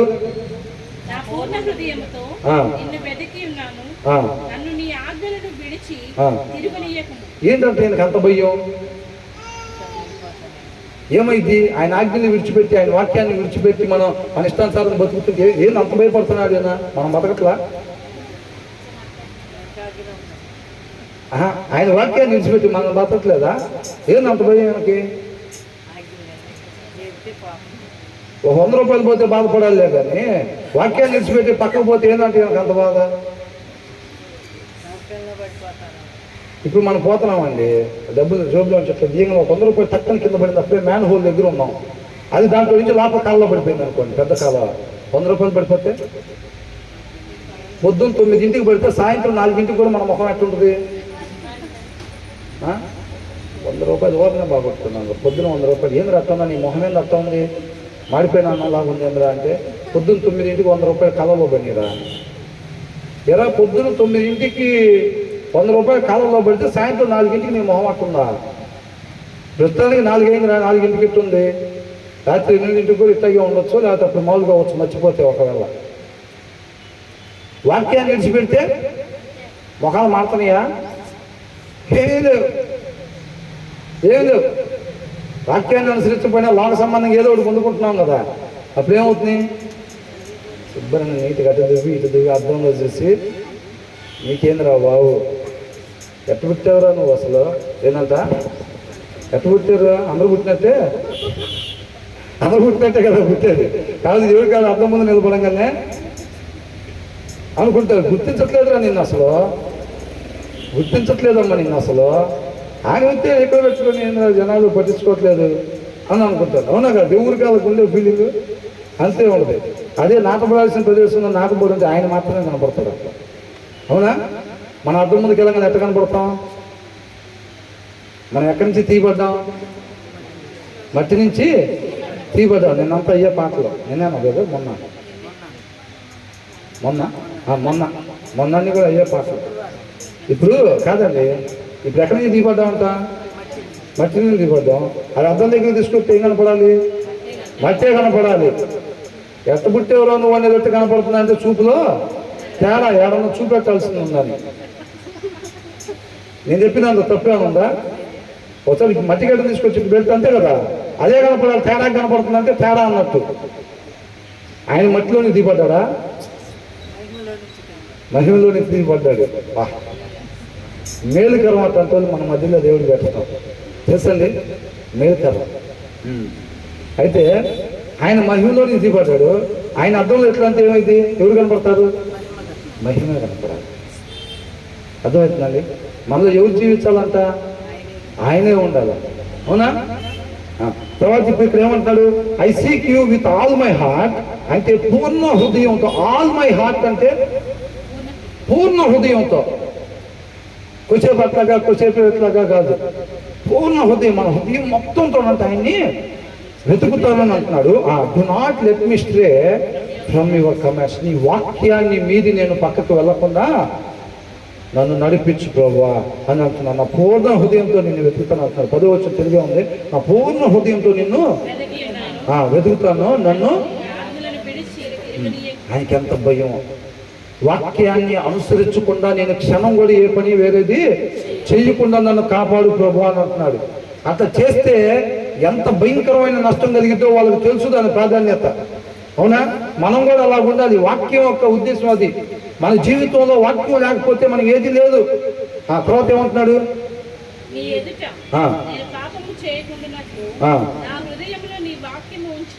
ఏంటంట? పాపం చేయకుండా ఉండాలంటే ఏం చేయాలంట? హృదయంలో వాక్యం ఉండాలి. అది తప్ప వేరే దారి లేదు. హృదయంలో వాక్యం లేకపోతే ఎవరైనా దావీదైనా హృదయానుసారుడైనా ఇంటి మొత్తంలో నమ్మకస్తుడైనా సరే ఎవరైనా పాపం చేస్తారంటే ఊరకనే రప్పించలేదు. దాంట్లో నా ఇంటి మొత్తంలో నమ్మకస్తుడైనా నా హృదయానుసారుడైనా సరే వాళ్ళ హృదయంలో సమృద్ధి వాక్యం లేకపోతే మాత్రం ఖచ్చితంగా పాపం చేస్తారంతే. కాబట్టి నేను కూడా చేస్తానా? ఇన్ని సంవత్సరాలు అవుతుంది బాప్టిస్ట్ తీసుకొని వాక్యం చెబుతా కదా, నేను కూడా చేస్తాను అట్లాగా. నాకు కూడా అవసరమే నా వాక్యం. నేను పాటలు పడతా కదా, ప్రార్థన అంటే నాకే కదా బెదర్ ఇచ్చేది. నేను కూడా చదవాలి ఆ వాక్యం అంటే. ఏమంటున్నాడు? నువ్వు కాదురా బాబు, అందరూ చదవాల్సిందే అని అంటున్నాడు. ఏమంటున్నాడు? I have hidden your work, hidden your word in my heart అని అంటాడు. హిడెన్ అని అంటే ఏంటి? దాచుకోవటం. పొగలు చీపురు ఎక్కడ దాస్తామండి మనం? దాస్తారా? పొగలు చీపురు కూడా దాస్తే మనం ఏం చేయలేము. జనరల్గా పొగలు చీపుర్లు ఎక్కడ ఉంటాయి? ఇంటి బయట అయ్యోకి తీసుకెళ్ళి వాడు బెటరా అంటూ ఉంటారు. అవునా? ఏమంటారు? ఆ బొచ్చింది ఇక్కడ ఇంట్లోకి తెస్తున్నావు, దాన్ని ఆడ బెటరా అని అంటే ఎవరో బొచ్చి తీసుకెళ్ళలేదు. అంతకన్నా దరిద్రుడు ఎవడున్నారు, ఆడ పెట్టుదాన్ని అంటారు. ఒక 50,000 ఉన్నాయి అనుకోండి, అయ్యోడా తీసుకెళ్ళి అది బెటర్ బయట అని అంటారా? రే ఇక అక్కడ పెట్టేవిరా డైనింగ్ టేబుల్ మీద చీపులు కూడా దాస్తున్నారా? మరి అట్లాంటి మహానుభావులు బయట ఉండేటప్పుడు చీపులు చేపలు కూడా దాచుకోవాల్సిన పరిస్థితి. అయ్యా చీపులు పోయి అంటే స్తోత్రపూర్వం కన్నా భయంకరంగా. సరే సరే దేవుడు కాకుండా మనం ఇప్పుడు ఈయనంట ఏం చేశాడంట? I have hidden your word, నీ వాక్యాన్ని నా హృదయంలో ఏం చేశాడంట? దాచుకున్నానని అంటున్నాడు. దేన్ని దాచుకుంటారండి జనరల్గా? మీ కాడ ఒక వజ్రం ఉందనుకోండి, అలా టేబుల్ మీద పెట్టుంటారా? లేదా కిచెన్ ఆడని ఎక్కడో దగ్గర పెట్టరా? డాడీ ఇది ఎక్కడ పెట్టినావు ఇది అన్నాడు అనుకో, ఎక్కడో దగ్గర పెట్టరా అంటారా? ఏం ఎక్కడ పెట్టేదాన్ని అని చెప్పి దాన్ని తీసుకుని జాగ్రత్తగా లాకర్లో పెట్టుకుంటే దాన్ని దాచుకోవటం అని అంటారు. విలువైన వస్తువుల్ని, డబ్బులుంటే ఎక్కడో దగ్గర పెట్టాలి పడేరాదని అంటారా? తీసుకుని జాగ్రత్తగా విలువైన వాటిని దాచుకుంటారు అన్నమాట. మన బీరువాలో లాకర్ ఓపెన్ చేస్తే ఏమేమి ఉంటాయి? ఇట్లాగే చీపిరి, చాట, చొంగు ఇట్లాంటివి ఉంటాయా?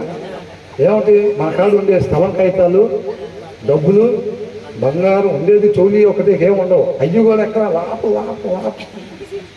ఒకసారి ఏం చేస్తారు తెలుసా? లాపలు చేపెట్టిస్తాడు. అమ్మో నాయిపోయి ఊరు మొత్తం తిరిగి సాయంత్రం నాకు చేసి ఏడ్చుకుంటూ కూర్చొని ఇక్కడ పెట్టాను చేతులు తగులుతాయి. అప్పుడు అరే ఇక్కడే ఉంది కదా, ఎక్కడ ఎదిగే నాకు తగిలినప్పుడు కనపడలా 3 సార్లు చూశాను. అమ్మా అసలు మధ్యాహ్నం కూడా అన్నం లేదు, గబక్కన కొద్దిగా మొత్తం అన్నం అయిందాను. ఆ కంగారులో ఆడున్న సంగతి కూడా తెలియదు. ఊరు మొత్తం ఆడటం, అందరం వెళ్ళటం, ఇంకా మనిషి చచ్చిపోయినట్టుగా. అవునా? ఏం పోయినాయి అంట? చిన్న చోళీలు చిన్నప్పుడు పోయినాయి. అది పరిస్థితి. అవి విలువైనవి అయిపోతే ఇంకా ఏం లేదు. మనుషులు ఉండరు. ఎవరో చూస్తే పాపం ఎవరు చచ్చిపోయినట్టున్నారు వాళ్ళ ఇంట్లో. అట్ట ఎడుతూ పొద్దు నుంచి ఏడుస్తుంది. ఇందాక నేను పోయేటప్పుడు కూడా ఏడుస్తుంది, వచ్చేటప్పుడు కూడా ఏడుస్తుంది. ఎవరు చనిపోయినట్టున్నారు. టెంట్ కూడా వేసుకోవడానికి డబ్బులు లేక టెంట్ వేసుకోలేదు అనుకుంటున్నా. కానీ ఆమె వేసే దాన్ని కూడా చూస్తే కంపల్సరీగా ఎవరో చనిపోయినట్టే ఉన్నారు అని అనుకుంటారు. అవి పోతే ఏడుస్తారు, అవి దాచుకుంటారు. నేనేం దాచుకుంటున్నాడంట? మరి తెలియగలవాడా తెలియ తప్పైనా? బా ఏమాత్రం డౌట్ రాకుండా ప్రభువా అదే నా ప్రార్థన తీసుకొచ్చామా? ఏమాత్రం నటనలో ఎక్కడ దొరకకుండా ప్రభువా, ఏమాత్రం దొరకకుండా చక్కగా నటించేటట్టుగా కృపను దయచేయమని చేశారు ఎవరన్నా? అంటే అందరి గురించి కాదు, నేను మాట చెప్తున్నా. వాక్యం అనే స్ట్రైట్ లైన్ ఎప్పుడు పెట్టినప్పుడు ఎవరికి ఇబ్బంది అంటే ఒకరికి ఎవరైతుందో వాళ్ళు సరి చేసుకోవాలి. చక్కగా అదే తిన్నగా ఉన్నారు అనుకోండి, దేవుడి కృప ఆయన మహింపరచాలి. అవునా? అట్లా ఉండాలన్నమాట. నేను అందరి గురించి చెప్తుంది ఎప్పుడైనా నన్ను కూడా కలుపుకుంటూ ఉంటాను, మీరు గమనించండి. అవునా కదా? కాబట్టి మనం చూసుకుని జాగ్రత్తగా అందరూ దాని ప్రకారం ఉండాలి. ఈయనంతా ఆ వాక్యాన్ని అంత హృదయంలో జాగ్రత్తగా, ఇది లాకర్ కన్నా విలువైంది, గోడ్రేజ్ లాకర్ కన్నా విలువైంది. అందుకని ఒకరిని తిట్టాలన్నా, ఒకరి మీద కుళ్ళుకోవాలన్నా, ఒకరి మీద ఈర్చబడాలన్నా ఎక్కడ దాస్తాం? అవి బీరువాలో దాటి జనాలు కనపడతాయి అని. మమ్మీ డాడీ ఏం ఇంత కుళ్ళుందా నీలో అంటేనే గబక్కని ఎప్పుడున్న పిల్లలైనా సరే ఆ లాకర్ ఓపెన్ చేస్తే ఇంత కుళ్ళుందా డాడీ నీలో, ఎంత ఈర్చబడుతున్నావా ఆ ఇంటి ఎదురావు మీద, ఇంటి ఎదురు మీద అంటారేమో అని చెప్పి అవి ఎక్కడ దాస్తాం? అవి లాకర్ దాస్తాం. ఎవరికి కనపడతారు ఇదేదో దేవుడికి తప్ప. అర్థమవుతుందా? కాబట్టి ఆ లాకర్ల కన్నా విలువైన లాకర్లో పెడతాం వాటిని. అవి కానీ దొరికితే మన బండారం బయటపడినట్టారా? ఇంకా ఏంటంట మన బండారం బయటపడినట్టే. అయ్యి అసలు కాపాడతాకి వీల్లేదు. ఇంకా పిల్లలు ఏం చేస్తారు? ఒక్కొక్కసారి వాళ్ళు ఇప్పుడు తల్లిదండ్రులు వస్తున్నారు అంట, ఇప్పుడు మరి ఎప్పుడు వెళ్తారు, ఎన్ని రోజులు ఉంటారు తెలియదు అంటే వాళ్ళ పిల్లలకు తెలియదు. వాళ్ళు రాగానే ఫస్ట్ మాట అదే అడిగేస్తారు, మీరు ఎప్పుడు వెళ్తారని. ఏమంటారు? ఆంటీ మీరు ఎప్పుడు వెళ్తారని అంటారు. వచ్చినారు అట్లా అడిగితే ఎట్లుంటుంది? పిల్లలు తెలియదు కదా. వాళ్ళు అందుకని అట్లాంటి లాకర్లో పెట్టామంటే చూసి జనాలు చెబుతారని చెప్పి వాళ్ళు ఏం చెప్తారు? ఈ లాకర్లో అన్నిటికన్నా విలువైన లాకరు. ఈ లాకర్లో ఆయన దేవుని వాక్యాన్ని దాచుకుంటాడంట. మనం 3 స్టేర్లు బిల్డింగ్ కట్టి పిల్లలకి ఇచ్చెళ్ళాల్సిందే. ఏంటంట? బైబిల్ ఇచ్చినా ఇచ్చిపోయినా ఏమి ఇచ్చెళ్ళాలి? ఒక కారు అన్న పిల్లోడికి, నేను కన్ను మూసే లోపల ఒక కారు పిల్లకి ఇచ్చెళ్ళాలి. ఒక స్థలం, సొంత ఇల్లు అయ్యా ఉన్నాయి హృదయంలో. ఒకసారి లాకర్ ఓపెన్ చేస్తే చెక్ చేసుకోండి అని అంటున్నాడు ఆయన. ఉండాల్సింది అయితే ఇది అంటున్నాడు. ఏమంటున్నాడు?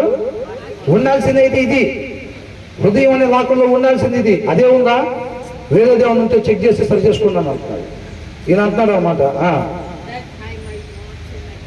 That I my not sin against you అని అంటున్నాడు. నీకు వ్యతిరేకంగా నేను ఏ పాపం చెయ్యకుండా ఉండడానికి నీ ఎదుట నేను పాపము చెయ్యకుండానట్లు నా హృదయములో నీ వాక్యమును ఉంచుకొని ఉన్నాను అని ఉంది, కానీ ఇంగ్లీష్లో ఉంది దాచుకొని ఉన్నాను అని అంటున్నాడు. దాచుకొని ఉన్నాను అంటున్నాడు. అర్థమవుతుందండి? ఏం చేయాలంట? హృదయంలో వాక్యం ఎందుకు దాచుకోవాలంట? పాపం చేయకుండా ఉండటానికి. మనం పాపం చేయకుండా ఉండాలంటే ఒకటే మార్గం, ఏంటది? హృదయంలో వాక్యం ఉండాల్సిందంతే. నువ్వు ఎవరన్నా కానీ, ప్రత్యేకంగా ఎన్నుకోబడ్డావా, పిలువబడ్డావా, నువ్వు ఏదైనా కానీ నీ హృదయం నా హృదయంలో వాక్యం లేకపోతే మాత్రం మనం ఖచ్చితంగా పాపంలో పడిపోతామంతే అని అంటాడు. దానికోసం తీస్తారు ఉన్న బైబిల్ అని అంటున్నాడు. మీరు పాపం చేయకుండా ఉండాలనేది నా అభిప్రాయం. నేను ఇష్టపడుతున్నాను. మీరు నాతో పాటు యుగయుగాలు ఉండాలి. ఏ ఆత్మ కూడా నశించిపోవటం ఆయనకి ఇష్టం లేదు. అందుకే నేను కృపను బట్టి ఇప్పుడు కూడా ఆయన ఇక్కడ లేడు. ఆయన ఎక్కడ లేడు అని అంటే ఫిజికల్గా నేను మామూలుగా అంటున్నాను. అవునా? యేసుక్రీస్తు వారు అంతకు ముందు అన్నట్టుగా నేను వెళ్ళటం మీకు మంచిది అని అంటున్నాడు. ఆయన అక్కడ తండ్రి కృపాసన యేసుక్రీస్తు వారు ఉన్నా సరే ఇక మనతో పాటే ఉంది. చక్కగా నేను ఎల్లప్పుడూ మీతో కూడా ఉన్నాను అంటున్నాడు. మళ్ళీ అవునా? ఉన్నటువంటిదే చక్కగా ఎలాగా మనం ఎప్పుడు అనుకునేదట్టే ఒక తల్లి ఆ చిన్నపిల్లలకి గోరుముద్దులు ఎట్లయితే అన్నం పెడతా ఉండదో మనకు అట్లాగే పెడుతున్నారో లేదా? ఈ ఆహారం లేకపోతే మనం చేసే పనులు మామూలుగా ఉండవు. వాక్యం లేని హృదయంలో నుంచి వచ్చేది ఎంత భయంకరంగా ఉంటుంది. మనం ముందు అధ్యాయాలు చూసాంగా కొన్నిసార్లు. అలాంటి భయం దాంట్లో నుంచి మంచిది రాదు. దానికి ఎవరు అతిథులు ఏం కాదు. మనం ఖచ్చితంగా అట్లాంటి పనులు చేస్తాం వాక్యం లేకపోతే మన హృదయాల్లో. కాబట్టి అలాంటి పరిస్థితుల్లోకి వెళ్లకుండా మన దేవుడి కృపని కోరుకోవాలి. తర్వాత ఏమంటున్నాడు? యెహోవా ఎవరంట? మన జీవితంలో కూడా అనిపిస్తుందా? నీకేమన్నా నువ్వు అందరం తీసుకొచ్చి అయ్యి పెడతావంటే శబాసుల బేట అనిపిస్తుందా? మరి ఏం మనం అంటే మామూలు విషయం అయింది, అన్నీ మంచిగా చేసేది అనిపిస్తుందా? నెబుకద్నెజరు ఒక్కసారి అనుకున్నాడు, ఏం తినాల్సి వచ్చింది? పరవాన్నం తినాయని గడ్డి తినాల్సి వచ్చింది. నా నామ మహిమ కొరకు నేను తెచ్చుకున్న కాదా ఇది? ఒక్కసారి అనుకున్నాడు అంట. ఒక్కసారి అనుకుంటే పరవాన్నం పోయి పేట్లోకి ఏమొచ్చింది? గడ్డి వచ్చింది. మనం కూడా ఏంది మరి మనం పాడితే బాగా పాడారు కదా అని అంటే మంచి పాట పాడారు, బాగా పాడారు. మరి ఏంది మనం సెలెక్ట్ చేస్తే పాట అంతే ఉంటుంది. మనం అన్న పదం పడిందంటే మన ముందుకు ఏమొచ్చింది? గడ్డి వచ్చింది. గుర్తుపెట్టుకోవాలి. అది ఆయన మహిమను ఏమాత్రం కూడా మనం దొంగిలించడానికి వీలేదు. ఆయన కాళ్ళ కాడే జీవితం ధన్యం కావాలి. అక్కడే ఉంటుంది మనకి.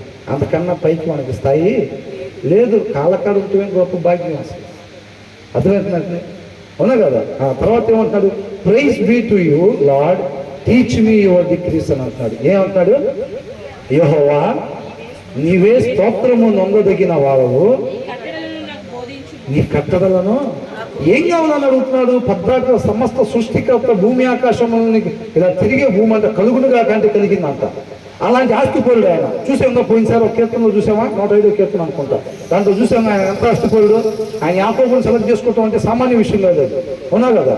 అట్లాంటి ఆయన దగ్గరికి బిడ్డ నీకు ఏం కావాలో అడగాలని అంటున్నాడు దేవుడు. ఈయన ఈ కీర్తనకారుడు ఆయన ముందు మోకరిల్లి పద్దాకలు ఏమడుగుతున్నాడు? బిల్లీ గ్రహం గారు అంటే 3 విషయాల వల్ల నేను ఆత్మీయంగా సక్సెస్ కొన్నా. ఏం నా 3 విషయాలు అంటే మొదటిది ప్రార్థన, రెండోది ప్రార్థన, మూడోది ప్రార్థన. ఈయన కూడా ఈ భక్తుడు ఏమంటున్నాడు? దేవుని పాదాలు చెందుతుంది, నీకేం కావాలో కోరుకోవాలంటే ఏమంటున్నాడు? నీ కట్టడలను నాకు బోధించుము అని అంటున్నాడు. మనం మొదట వచ్చి నుంచి స్టార్ట్ చేస్తే వేరేది ఏమన్నా అడిగినట్టు మనకు కనపడుతుందా?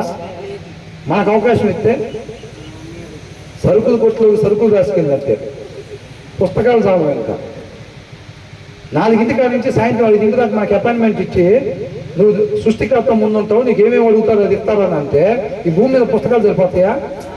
చాలు. ఆయన ఒక్కటే పదం రాసుకుని వచ్చాడు. ఏమంటున్నాడు? నీ కట్టడలను నాకు బోధించు. అంతకన్నా విలువైంది నేను అడగటానికి సృష్టిలో లేదు అంటున్నాడు. సృష్టిలో లేదు. ఎంతకన్నా విలువైంది? దేవుని వాక్యం కన్నా విలువైంది ఇక సృష్టిలో లేదండి. నాకు అది ప్రభువా అంటాడు. నీకు నాకు కూడా అలాగే ఉందా? అలా లేకపోతే అలాగే ఉండేటట్టుగా నువ్వు తయారవ్వాలంటాడు. ఏదో రంగేస్తాడు, కొద్ది పంచదార వేస్తే పని ఏం తయారైంది? పీస్ మిఠాయి తయారైంది. రసనాలు అట్లాగే తయారైంది, పీస్ మిఠాయి తయారైంది. మనం కూడా అది తయారు కావాలంటున్నాడు లోపల. నీకు నాకు కూడా అదే ఉండాలని అంటున్నాడు. అదే ఉందా? ఉండాల్సింది అయితే అది. నీకు వేరేదో ఏదన్నా ఉంటే కనుక దాన్ని సరి చేసుకునే రీతిగా చక్కపరుచుకో అని అంటున్నాడు.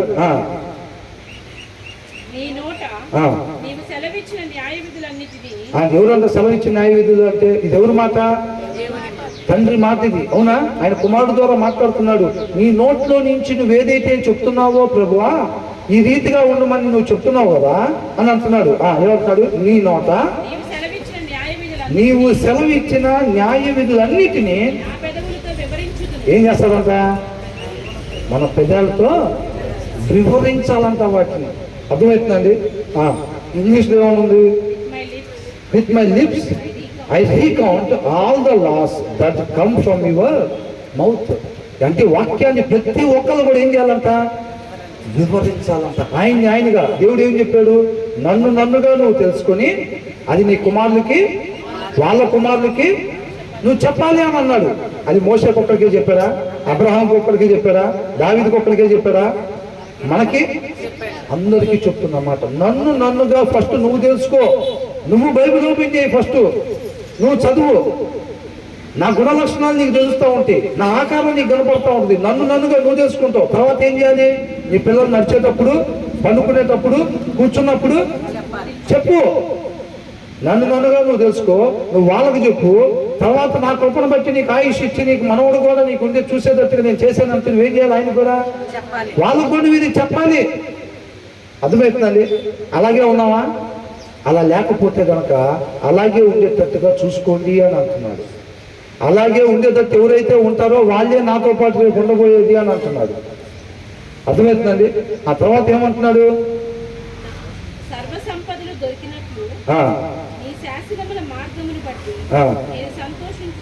ఈయనకి శాసనములు మార్గం దొరికితేనంత ఈయన ఎట్లా సంతోషిస్తున్నాడంట?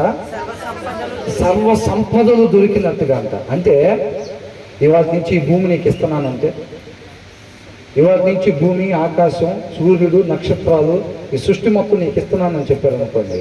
అప్పుడు ఎలా ఉంటుంది మనకి? ఎలా ఉంటుంది? ఈ 100 గజాల స్థలం నీ పేరు మీద రాస్తున్నా ఊరకనే అంటే భూమి అంతా 100 గజాలంట. అంటే జనానికి అర్థం అవ్వట్లేదు. ఏంటి ఈ భూమి నీకు ఇస్తున్నానంటే దాని ఎక్స్ప్రెషన్, ఈ 100 గజాలు నీకు ఇస్తున్నానంటే వచ్చింది ఏంది? ఈ భూమిలో 100 గజాలంట. అవునా? ఆయన చెప్తున్నాడు. ఏమంటున్నాడు? ఈయనకి ఎలా ఉందంట?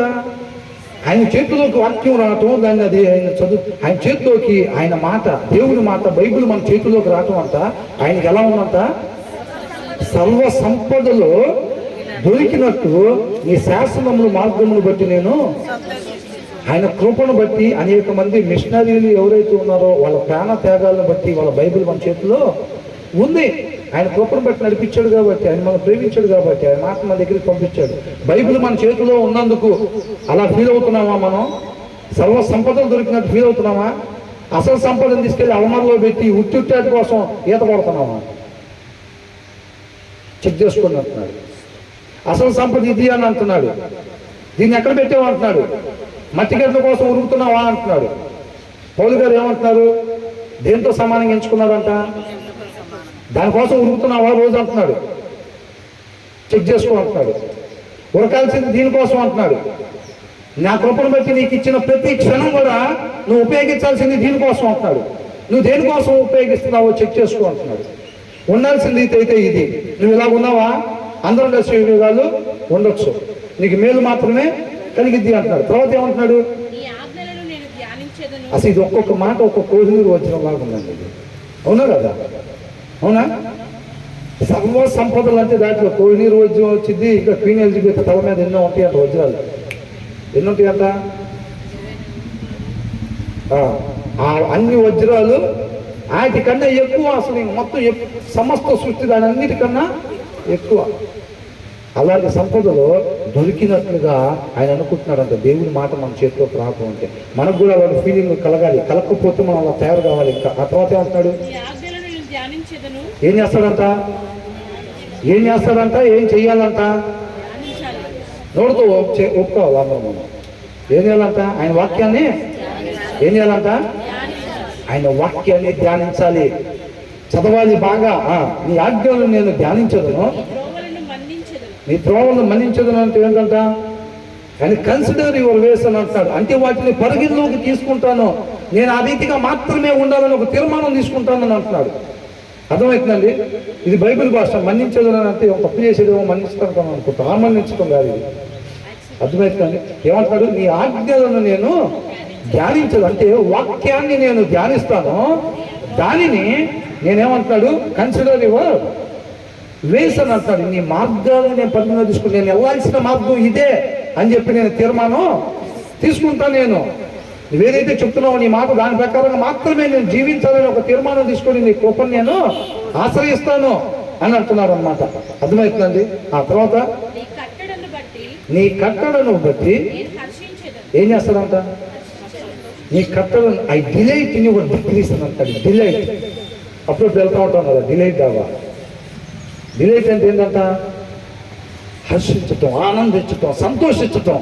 దేన్ని బట్టి అంట, ఉద్యోగాలను బట్టా, మంచి సంబంధాలను బట్టా, మరి వాక్యాన్ని బట్టి.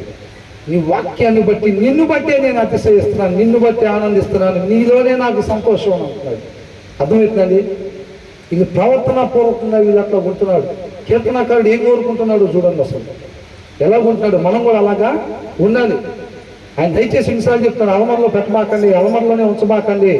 దప్పిగా ఉన్న వాళ్ళు ఎడారిలో ఎలాగైతే ఉంటారో నా మాట కొరకు అలా ఉండండి అని అంటున్నాడు. అర్థమవుతుంది? తర్వాత ఏమంటున్నాడు, ఏం చేస్తాడంట, I will not neglect your word అని అంటున్నాడు. ఈ వాక్యాన్ని నేను ఎప్పుడు కూడా నిర్లక్ష్యం చేయను ప్రభువా, ఎప్పుడు కూడా నిర్లక్ష్యం చేయను. అర్థమవుతుంది? మనం ఇందాక అనుకున్నట్టుగా ఆ డబ్బులు మర్చిపోయి ఒకసారి లెక్కేయటానికి అని తీసి ఆ డైనింగ్ టేబుల్ మీద, టీపాల మీద మర్చిపోతామా? వజ్రాలు ఒకవేళ తీసి అట్లా మర్చిపోతామా? విలువైన వస్త్రాలు అట్లా తీసి మర్చిపోతామా? మర్చిపోం. ఈయన అట్లా అంటున్నాడు, ఎప్పుడు కూడా నేను నిర్లక్ష్యం చేయను ప్రభువా. మొన్నే కదా చదివింది, పోయిన వారమే కదా చదివింది, వారమే అయింది.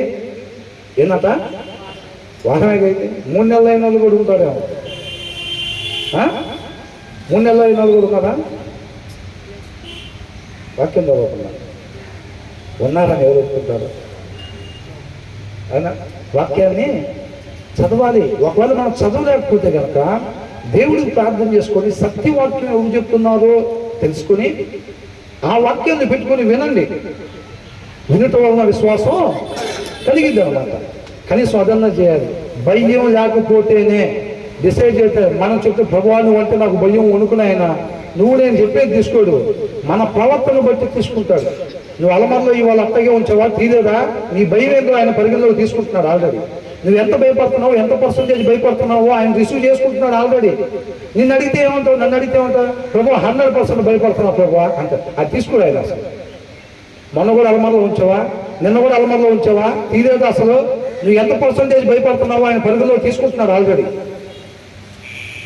గుర్రాల్లాగా, కంచెల గాడిదల్లాగా నా దగ్గరికి వచ్చేటట్టుగా, తెచ్చుకునేటట్టుగా చేసుకోబాకన్నా అంటున్నాడు. అర్థమవుతుందా? నా వాక్యం కూడా నువ్వు అలమరలో నుంచి తీయకుండా దేనికోసం పరిగెడుతున్నావు, అది నీకు దక్కదు. అసలు అది దక్కకుండా నేను చూసుకుంటాను దేవుడు. నిన్ను ప్రేమించేవాడిని కాబట్టి అది నీకు దక్కకుండా నేను చూసుకున్నాను. అది నీకు మంచిది కాదు. నువ్వు అనుకుంటున్నావు ఆ డబ్బు ఉంటే సుఖపడొచ్చని, నువ్వు అనుకుంటున్నావు ఆ హోదా ఉంటే సుఖపడొచ్చని, నువ్వు అనుకుంటావు ఆ ఉంటే సుఖపడొచ్చని. అది నీకు మేలు కాదు. నేను నిన్ను ప్రేమించేవాడిని, అది నీకు దక్కకుండా నేను చూసుకుంటా. నీ అంతటికి నువ్వు కుంటుకుంటైనా వచ్చి అలమరలో ఉన్న బైబిల్ తీసేటట్టుగా నేను చేస్తాను అంటున్నాడు. ఎట్టగంట అది నీకు మేలుకరం అంటాడు. నీ అంతటికి నువ్వు మామూలుగా కాళ్ళు బాగున్నప్పుడే వచ్చి నువ్వు అలమరలో బైబిల్ తీసి చదివితే నీకు మేలుకరం. కాదంటే నీ కాళ్ళు జరగొట్టైనా సరే నేను అలమర దగ్గర తీసుకొస్తా అని అంటున్నాడు. అంటే అది బెదిరించటం కాదండి, అది ప్రేమించటం అన్నమాట. అర్థమవుతుందండి?